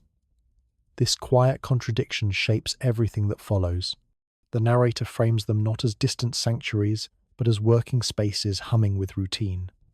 Priests recite hymns while scribes count jars. Incense burns as seals are checked. Holiness depends on order, and order depends on trust. Every day, goods move inward. Grain stacked, oil measured, cloth folded.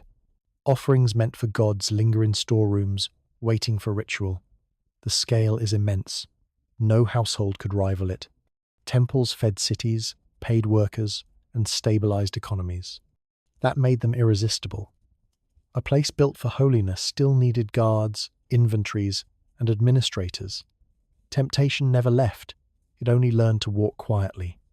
Locks slowed, not stopped. Ritual sanctified spaces, but did not empty them. The reveal settles slowly.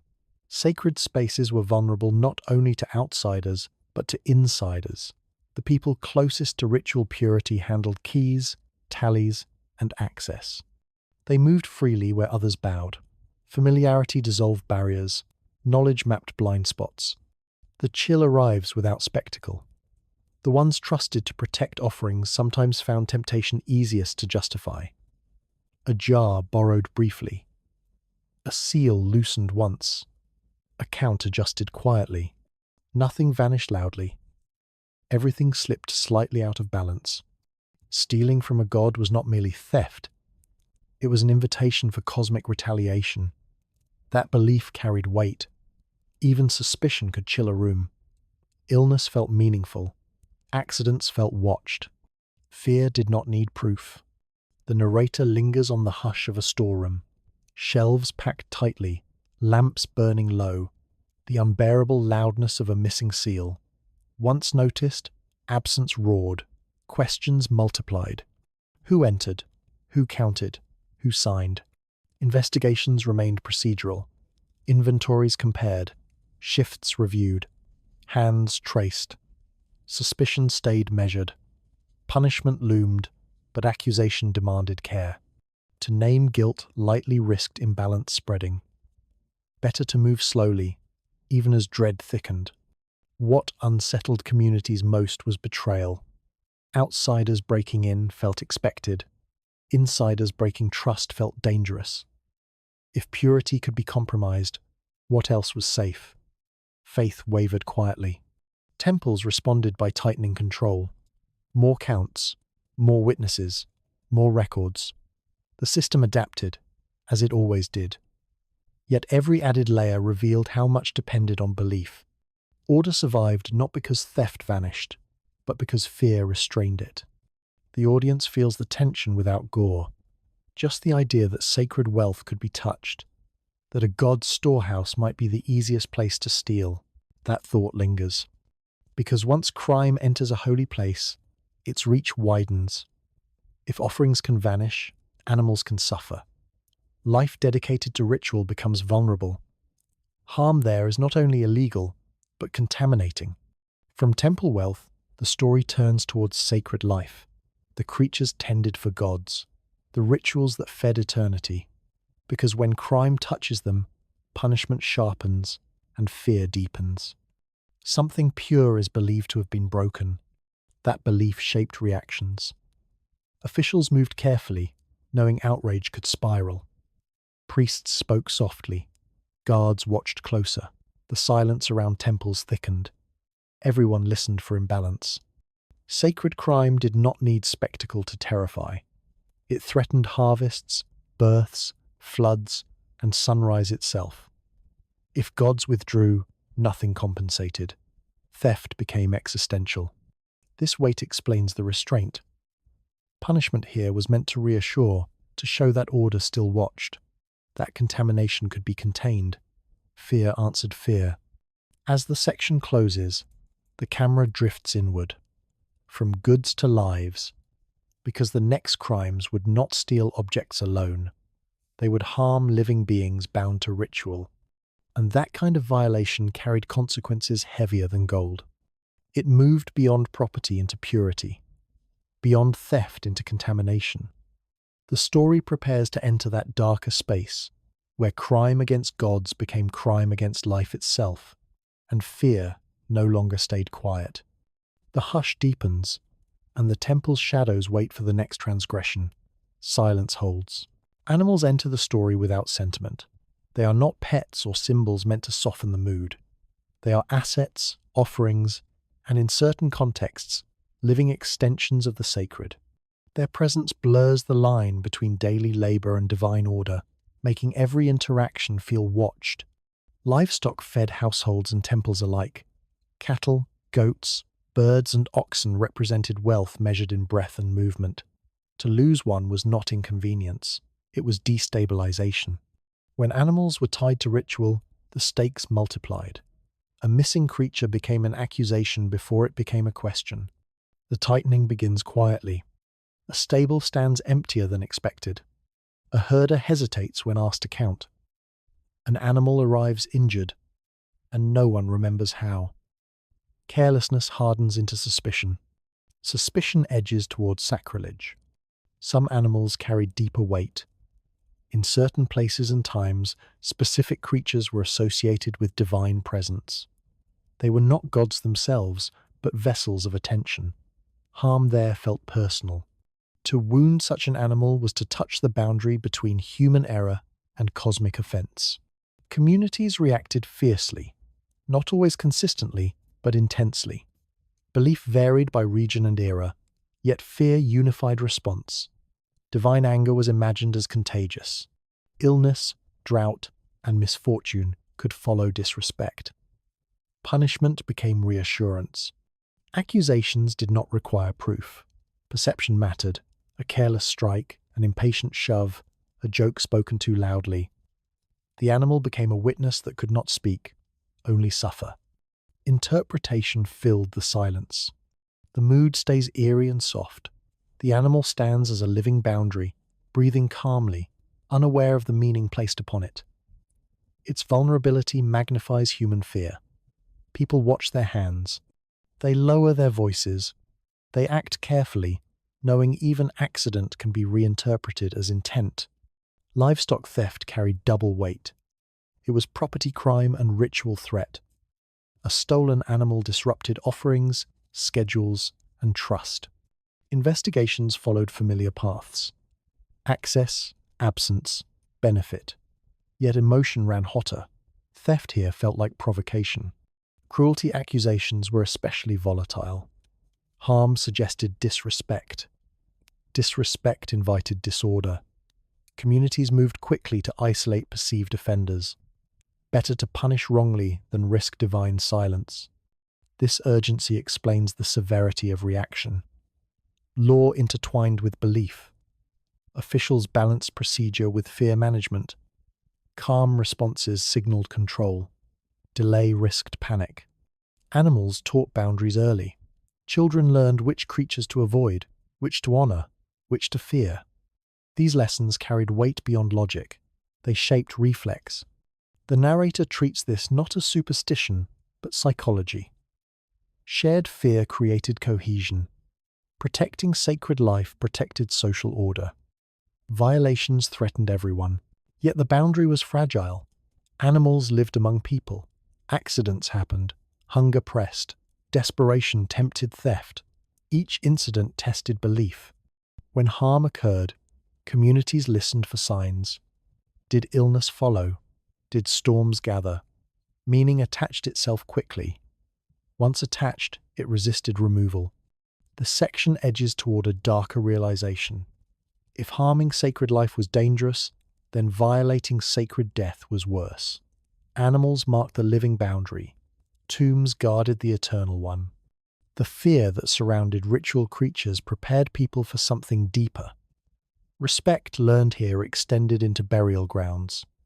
If a living symbol could provoke divine anger, what of bodies prepared for eternity? The documentary descends next into that space, beyond breath and movement, into sealed chambers, wrapped forms, and promises meant to last forever, where crime no longer touched flesh that could cry out, but silence that could accuse endlessly. With sacred boundaries now established in life, the final violation waits: crimes against tombs, bodies, and the afterlife itself. Where fear reaches its sharpest edge, and punishment answers not only society, but eternity. Grave robbery unfolds like a slow horror without screams. Tombs were banks for the afterlife, packed with objects meant to protect a person beyond death. Amulets, food, tools, and gold rested beside bodies, sealed away with care. These rooms were not abandoned. They were believed occupied, watched, and guarded by law, ritual, and fear. They promised safety when life could no longer answer for eternity itself forever. The story follows the logic of the robber, not to excuse but to understand. Famine narrowed choices. Debt pressed harder than fear.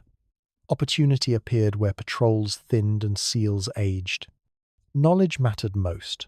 Someone who knew schedules, shortcuts, and silence could move through stone patiently, lifting objects meant for gods and dead alike without leaving obvious signs behind until discovery came later to haunt everyone nearby forever.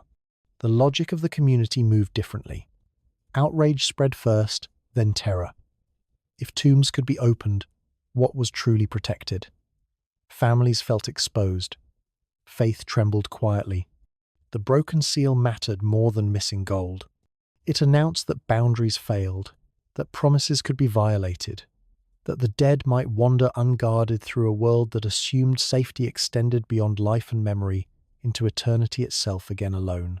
Investigations followed, slow and methodical. Corridors were checked, inventories reread, witnesses questioned about absences and sudden wealth. Sometimes the trail led nowhere. Other times it hinted at networks, not lone thieves. Organized groups shared access, divided labor, and vanished like smoke, leaving officials chasing shadows without clear faces to punish or certainty to restore calm. Justice felt delayed and fear lingered inside households long after investigations ended. The narration lingers on shadows instead of violence. Lamps flicker against walls. Burial goods lie disturbed, no longer arranged for eternity. Silence presses heavier than screams ever could. The horror is restraint. Something sacred was touched, rearranged, and left breathing absence into spaces meant for rest and certainty. The dead felt exposed. The living felt blamed by implication for failing to guard their promises properly this time. The twist returns quietly.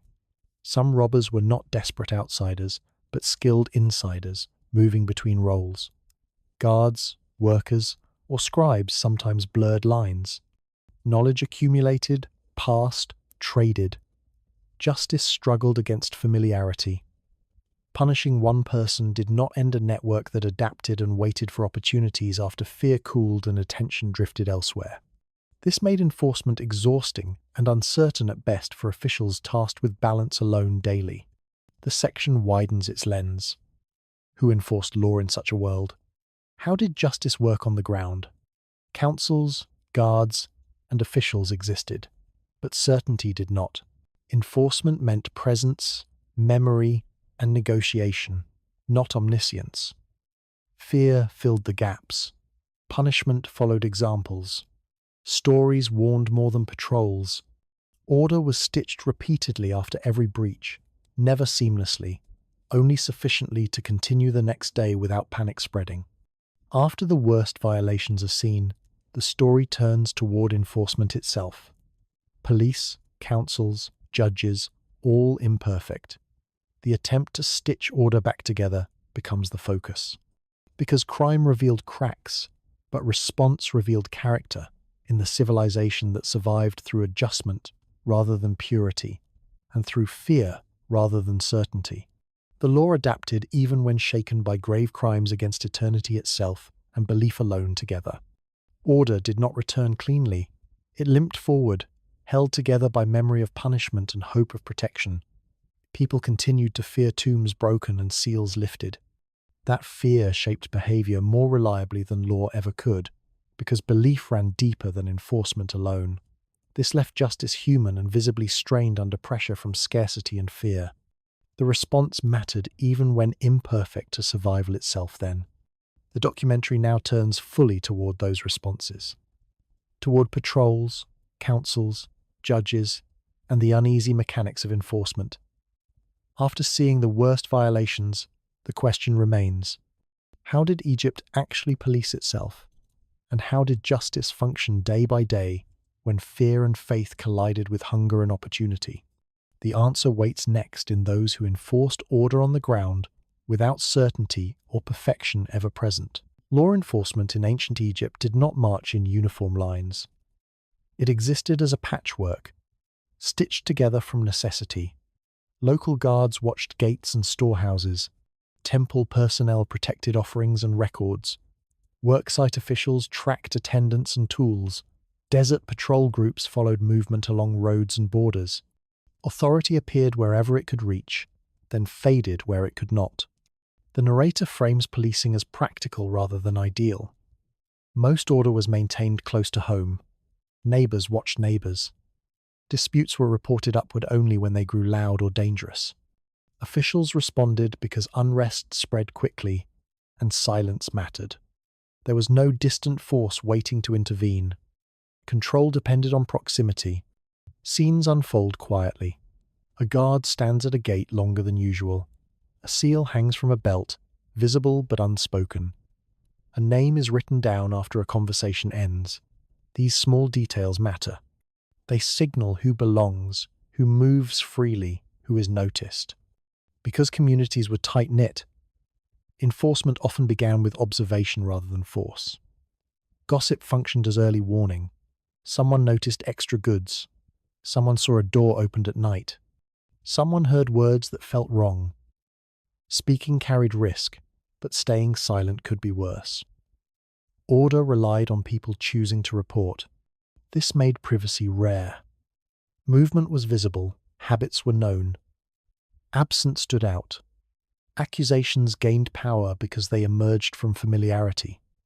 To be named meant others already recognized you. The reveal settles gently.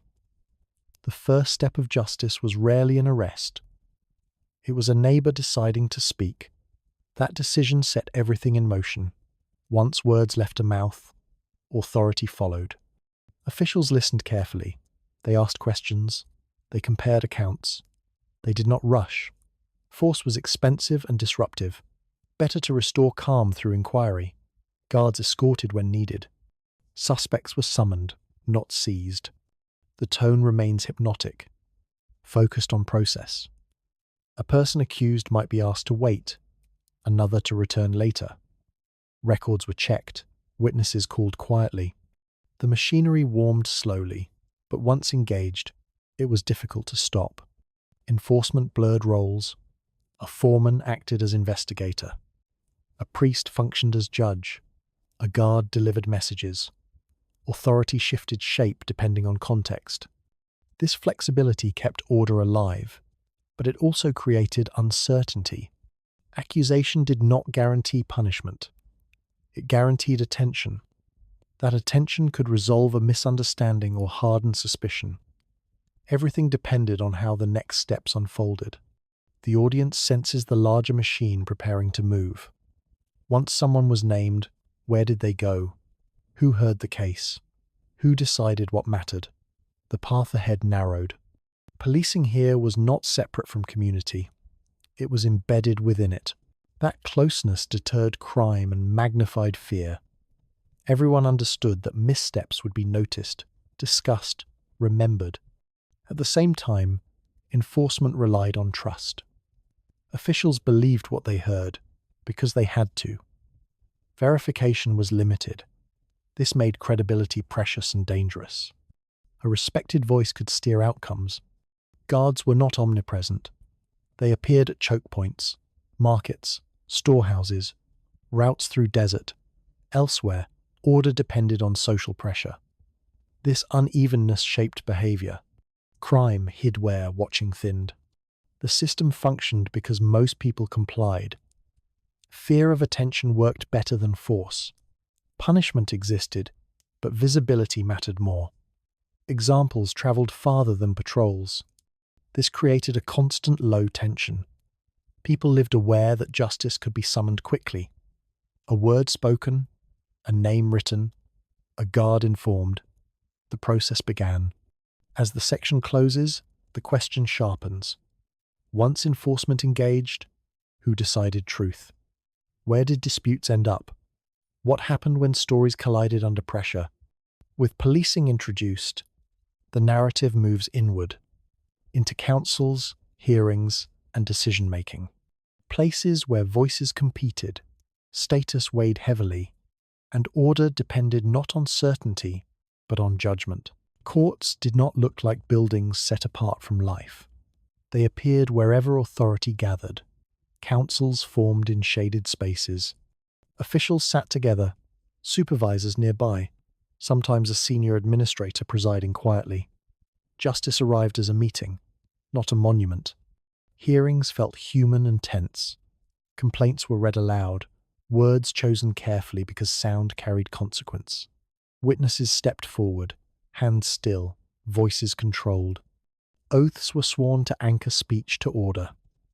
Contradictions surfaced slowly, noted without interruption. No one rushed. Everyone listened. The rhythm mattered. Accusation, denial, clarification, silence. The process unfolded in soft light, without modern language, yet familiar in feeling. Lives waited on pauses between sentences. Status pressed into every moment. Who spoke first mattered. Who was interrupted mattered. A respected elder's words settled faster than a laborer's protest. Relationships hummed beneath speech, invisible but influential. Justice was never blind. It saw everything it could not ignore. The twist settles gently. Verdicts often aimed less at perfect truth than at restoring calm. Prolonged conflict threatened order. A decision, even imperfect, could quiet unrest. Stability mattered. Closure mattered. Certainty was optional. Officials weighed outcomes as much as facts. Would this ruling inflame anger? Would it split families? Would it encourage others to test boundaries? Justice leaned toward containment. This does not mean decisions were careless. Officials questioned closely. They noticed inconsistencies. They asked witnesses to repeat details. But when certainty failed, other tools emerged. Appeals to higher authority offered distance. Sending a matter upward removed immediate pressure. Moral framing helped align decisions with Ma'at. The language of balance smoothed sharp edges. At times, sacred confirmation appeared. Oaths before gods, ritual tests, signs interpreted when human certainty stalled. This blend of bureaucracy and belief feels eerie. Writing recorded decisions, ritual sealed them. Order was reinforced through both ink and faith. Law did not stand apart from religion, it leaned on it. The what if lingers. What if a trial was not about proving what happened, but about stopping what might happen next? Preventing revenge, preventing gossip, preventing fear from spreading. In that light, verdicts make a different kind of sense. The audience feels tension without spectacle. No dramatic reveal, just pressure easing or shifting. Someone leaves relieved. Someone leaves bitter. The community exhales cautiously. Verdicts varied. Compensation ordered. Apologies demanded. Punishment threatened or delayed. Sometimes nothing happened publicly, and that silence was the decision. Silence restored calm, even if truth remained unsettled. Officials understood memory's power. A wronged person left unheard could destabilize later. A harsh punishment could provoke resentment. Balance required compromise. The process trained people. They learned what kinds of stories worked. They learned which details mattered. They learned how authority listened. This shaped future behavior, not just outcomes. Courts were places of performance as much as judgment. Composure mattered. Respect mattered. Emotion was dangerous. The calm voice often won. Yet belief hovered constantly. Gods were invoked as witnesses to truth. Oaths were not symbolic. Breaking them carried fear beyond law. Sacred language gave weight where evidence thinned. This mixture made justice flexible and unsettling. It could adapt. It could also fail quietly. Decisions felt final even when doubt remained. As the section closes, attention shifts forward. Verdicts have been spoken. What matters next is what they did, how fear was applied, how memory was enforced. Because justice did not end with decision. It continued through punishment, through confinement, through marks left on bodies and names. The next step is consequence. Punishment returns, now seen through the justice system's lens. It begins quietly, with an accusation accepted and a decision recorded. From that moment, a person's identity starts to change. The path unfolds step by step. Restitution comes first when possible. Goods are returned. Compensation is measured. The goal is repair. When repair fails, fines follow, draining resources and signaling fault. For some, this ends the story. For others, it only opens it. Forced labor waits next. It removes a person from ordinary life without ending it. Days blur into effort. Names fade. Labor is disappearance stretched over time. The body pays slowly. Beatings mark a sharper turn. They are controlled, public, and remembered. Pain ends, but memory does not. Scars become labels, visible long after guilt is settled. The body carries the verdict. Public humiliation works alongside pain. Standing exposed, hearing one's crimes spoken aloud, watching faces turn away. Reputation fractures, trust thins. The punishment continues in silence afterward. Mutilation escalates the message. It alters identity permanently. A missing part announces what words no longer need to explain. The person becomes a warning. Execution exists, but not as spectacle alone. It closes a threat decisively. It reassures order. It teaches fear efficiently. Imprisonment as long-term holding was not always central. Visibility mattered more. A punishment unseen taught nothing. Consequence needed witnesses. The narrator follows a hypothetical offender through this arc, emphasizing how each step reshapes who they are allowed to be. Punishment is not just pain. It edits futures. This reveals the psychological core. Punishment is storytelling by the state. It tells the community what happens when balance breaks. Every mark, absence, and rumor carries the message forward. The calm narration makes the brutality colder. Nothing is exaggerated. That restraint sharpens impact. Fear settles quietly. The sentence does not end when the beating stops. It ends when everyone else remembers it. As punishments accumulate, imitation slows. Order stabilizes, but resentment lingers beneath compliance. Fear works, yet it leaves residue. This raises a darker question. If ordinary crimes draw such consequences, what happens when a crime threatens the throne itself? With the justice machine revealed, the story climbs toward its highest stakes. Plots, conspiracies, whispered treason, crimes that make rulers fear the night. Exile also functioned as punishment, quieter but devastating. Removal from community erased protection, work, and voice. To be sent away was to become a shadow.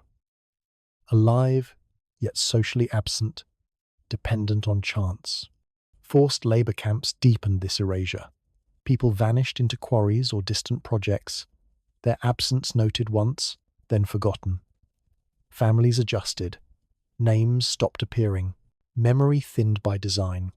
Children felt punishment indirectly. A parent marked changed prospects. Marriage options narrowed. Support weakened. The verdict echoed across generations without additional blows. Officials understood this reach. Punishment was calibrated not only for the offender, but for watchers. Each consequence taught restraint. Each story warned. Records preserved outcomes selectively. Some punishments were detailed, others summarized. This uneven memory shaped fear, making examples loom larger than reality. Public space mattered. Punishment placed at gates, markets, or work sites maximized effect. The state spoke through bodies, movement, and absence.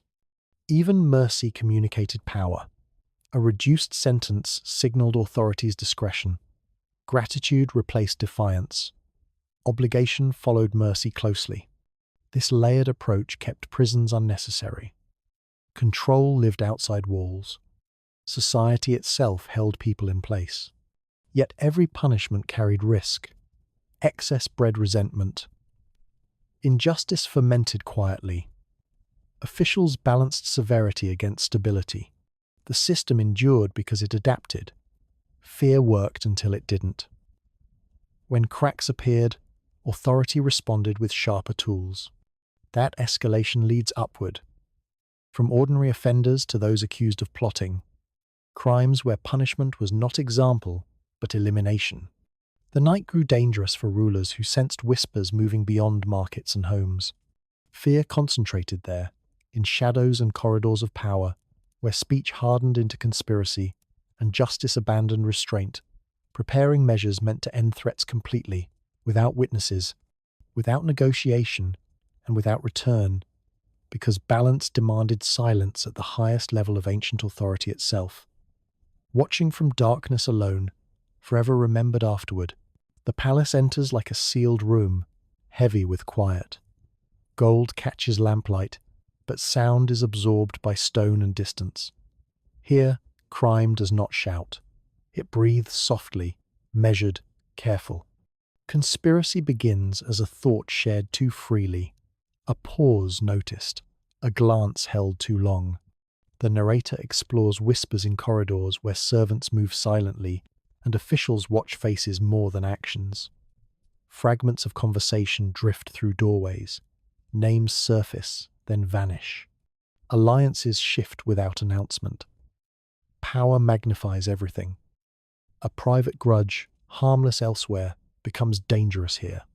Leadership is sacred. The king is not merely a ruler, but a pillar holding the world upright. When authority is framed as divine, threat becomes existential. An insult is not just disobedience, it is imbalance. A challenge is not political, it is cosmic. This tension shapes behavior. Officials listen closely. Servants learn restraint. Silence becomes currency. Speaking too little invites suspicion. Speaking too much invites worse. Loyalty tests multiply quietly. Small acts become proofs of devotion. Absence itself is noticed. The palace feels alive with caution. Every movement is weighed, every word rehearsed. Faces are read like documents. Officials do not need evidence of action to worry. Intent alone can feel criminal. Fear feeds on possibility. Conspiracy rarely announces itself as rebellion. It hides inside routine, a delayed message, a favor granted oddly, a meeting held at the wrong hour. Each detail seems harmless until linked together by anxiety. The reveal settles slowly. The state's fear can become its own engine. Suspicion generates more suspicion. Investigations widen without clear targets. Confession becomes valuable currency. Admitting involvement, even partially, can redirect blame, prove loyalty, or earn mercy. Records appear here, but they are shaped. Political crimes are documented selectively. What survives is what authority allowed to survive. Names are preserved or erased. Motives simplified. Outcomes justified. Memory is curated. The what moment lands gently. The history we inherit may reflect not what threatened power most, but what power needed remembered. Some conspiracies vanish without trace. Others loom larger than life because they serve as warnings. The audience feels the instability beneath divine kingship. Even a god king relies on human walls, and human walls crack under pressure. Loyalty is not absolute. Fear never sleeps. Officials move carefully, knowing that overreach breeds resentment, yet restraint risks danger. The balance is fragile. One false accusation can unravel trust. One missed threat can end a reign. Punishment here is different. It is quieter.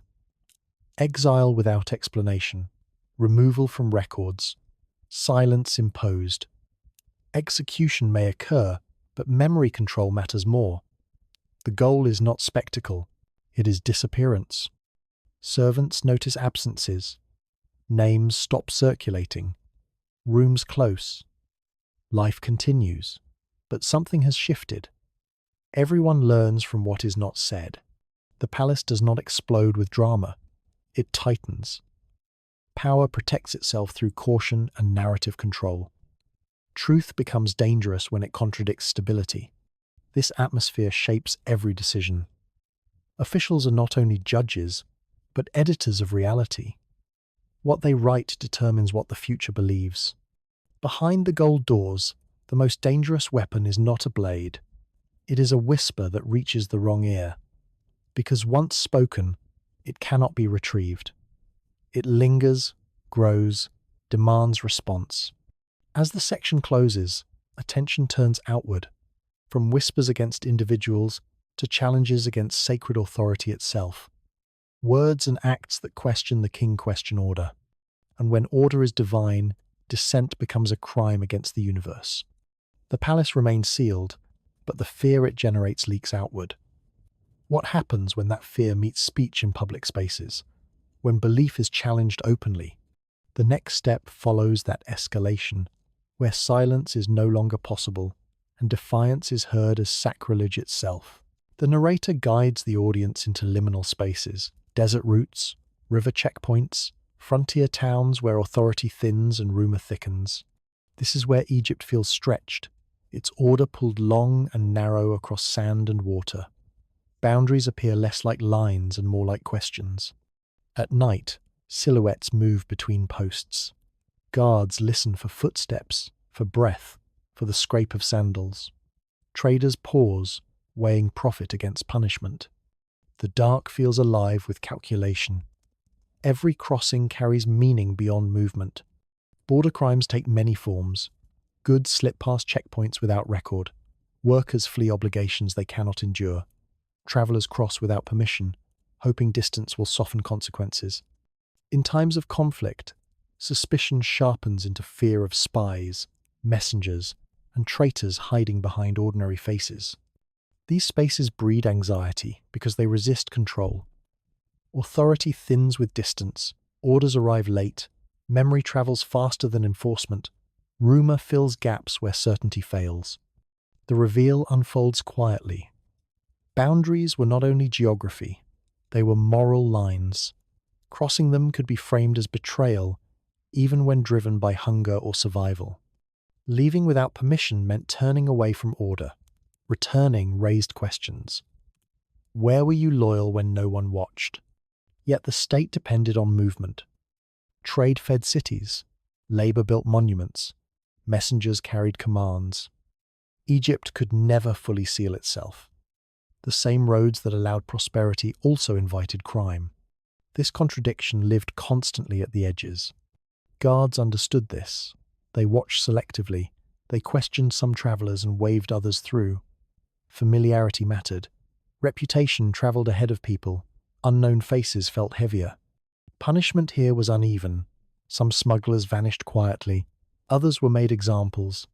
Sometimes movement itself was the crime, not what was carried. Intent mattered, or was assumed to. The desert hid intentions as much as actions. That frightened authority. An unseen choice felt as dangerous as an unseen weapon. Suspicion stretched far beyond proof. Frontier towns absorbed this tension. They lived between orders, adapting rules to necessity. Loyalty felt flexible. Survival demanded negotiation. Officials knew this and watched closely, but control was imperfect. The journey through these spaces feels like a slow night walk. Lantern light, quiet exchanges, a sense that everything depends on timing. One step early, one step late. Fate shifts. As the story widens, a question returns. After bread theft, fraud, tomb robbery, conspiracy, what did punishment actually do? Did it heal order, or simply scar memory? Punishment taught fear. It also taught caution. People learned when to speak, when to move, when to disappear. Memory carried examples forward. Stories warned children. Absences spoke louder than names. Yet crime never vanished. It adapted. It followed cracks. It moved where watching thinned. Order responded again and again, stitching itself after every tear. These echoes remain. The fears feel familiar. The logic recognizable. Rules tighten. Movement resists. Authority listens for whispers. People weigh risk against need. The desert fades, but the lesson lingers. Crime is not only about breaking rules, it is about living inside systems that strain under their own weight. With the full spectrum revealed, the documentary prepares to close. What remains is aftermath. Lives altered, names remembered or erased, records surviving by chance. Ancient offenses still unsettle because they are human. Hunger, fear, ambition, loyalty. The map changes, the boundaries shift, the patterns endure. The final question hangs quietly. What do these crimes say about us? And why do we still recognize ourselves in their shadows? They linger in modern fears of borders, paperwork, rumors, and power. We still measure belonging, still punish movement, still suspect silence. Ancient Egypt feels distant, yet its anxieties echo nightly news and quiet decisions. The machinery of justice, once warmed, never fully cools. It watches, records, forgets, and remembers selectively. By listening to these old crimes, we hear ourselves thinking, order promises safety, fear promises control.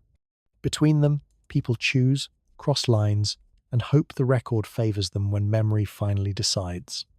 History does not close cases. It leaves questions open, waiting for each generation to answer them again in different shadows without certainty or comfort ever offered. The story returns to the human body and the social name. the true targets of punishment. Long after officials leave and records settle into storage, consequences remain. A convicted person wakes each day carrying marks that do not fade easily. Skin remembers, names remember longer. After punishment, life rarely resets. A scar changes how others look at you. A public sentence reshapes where you can stand. Who will speak to you? Who will trust you with tools, food, or secrets? Even silence becomes judgment. Doors close more quietly.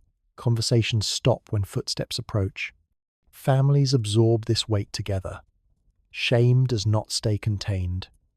It moves through households, altering marriage prospects, work opportunities, and alliances built over years.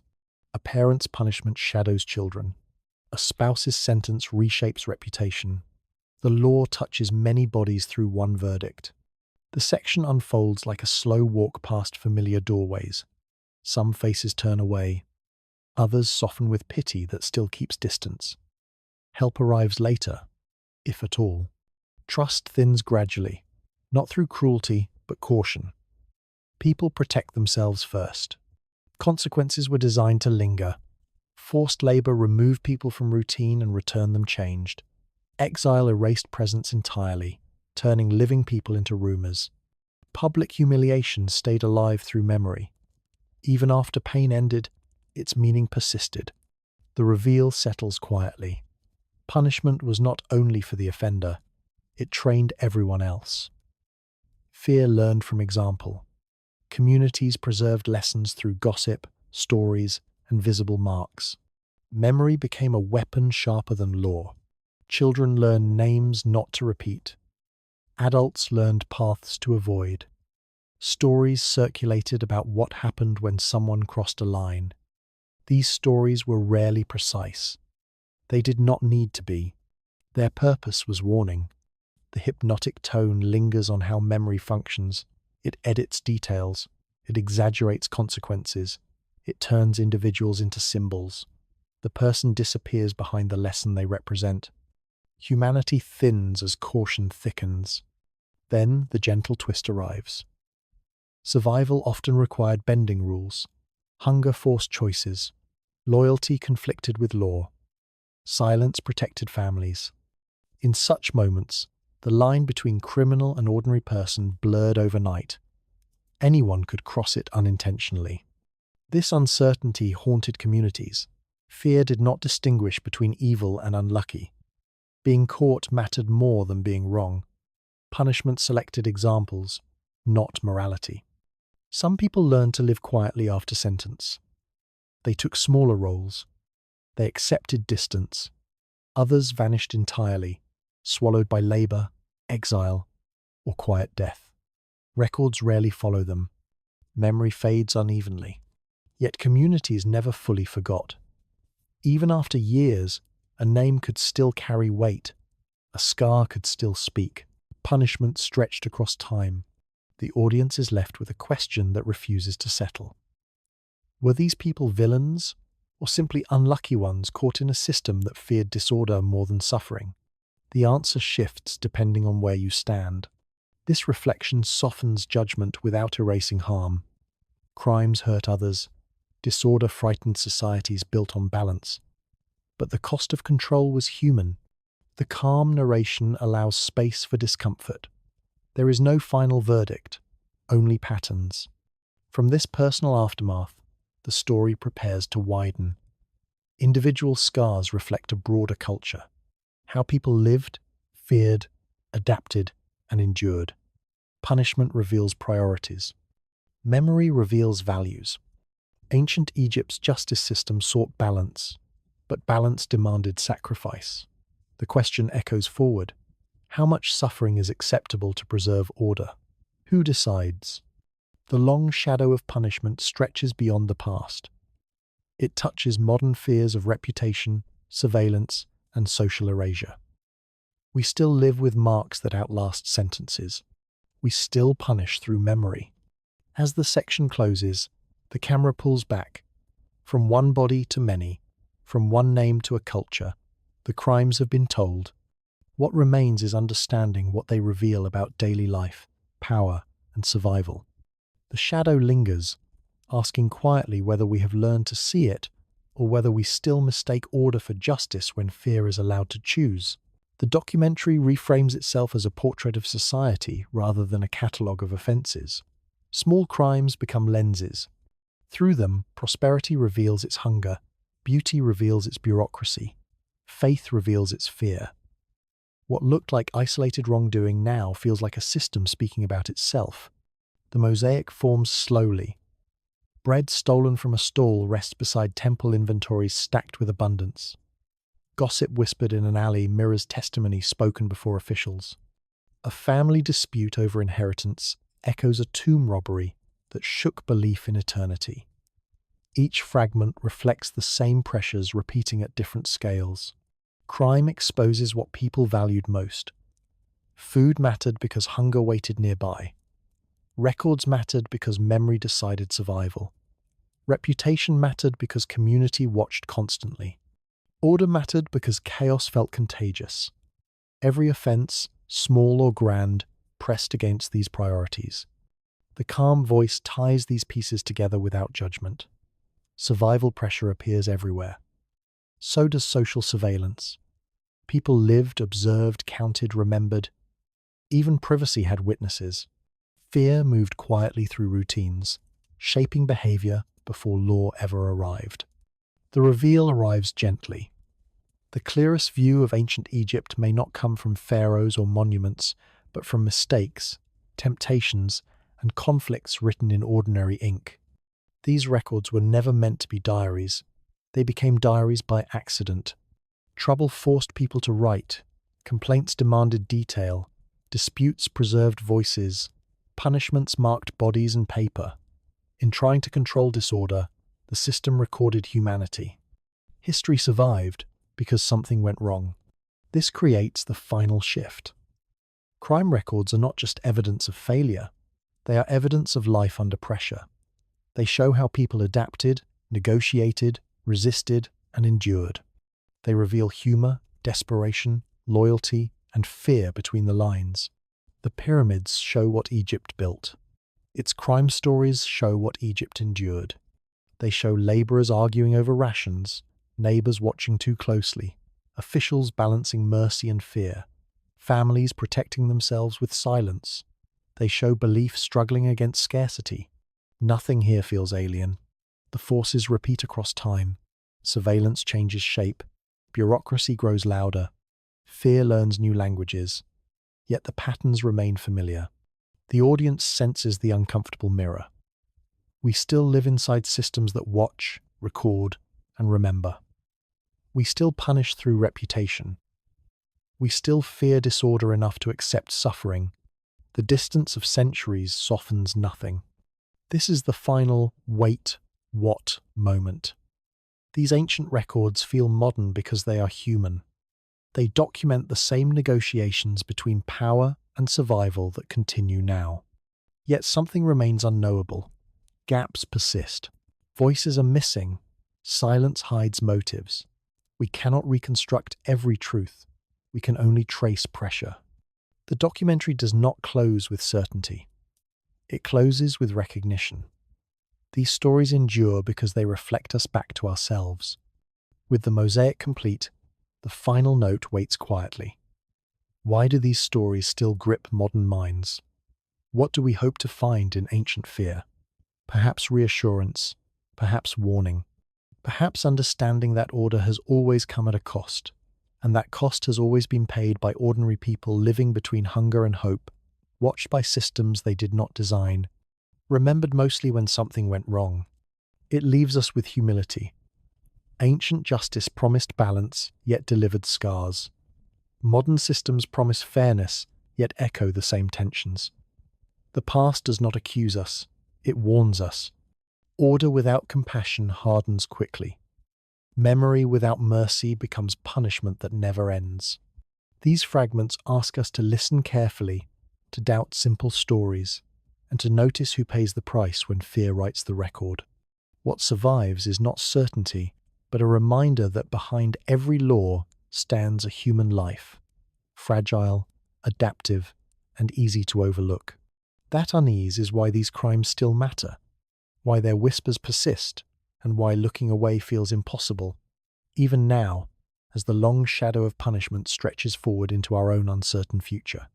It asks us to decide what kind of order we are willing to defend, and what kinds of suffering we are prepared to remember when history listens and judges silently long after events fade away.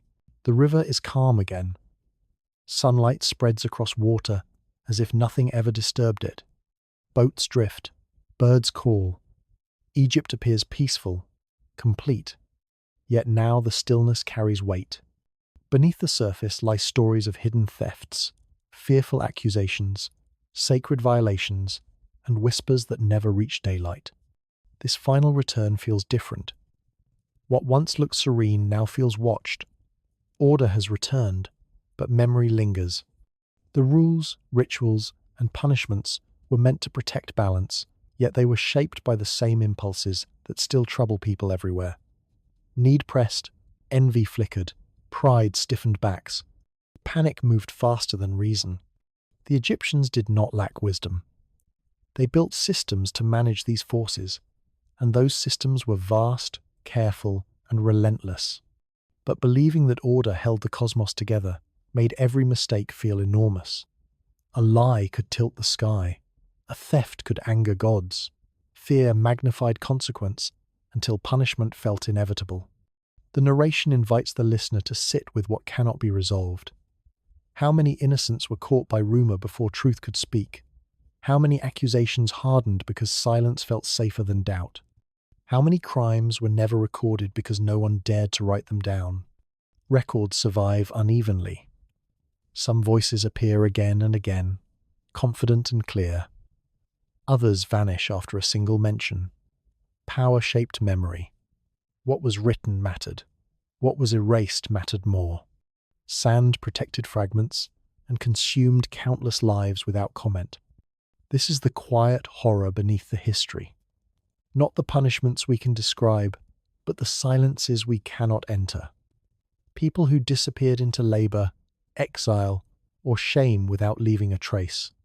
Decisions made privately that never reached ink. Stories edited by authority until only the lesson remained. The final twist arrives gently.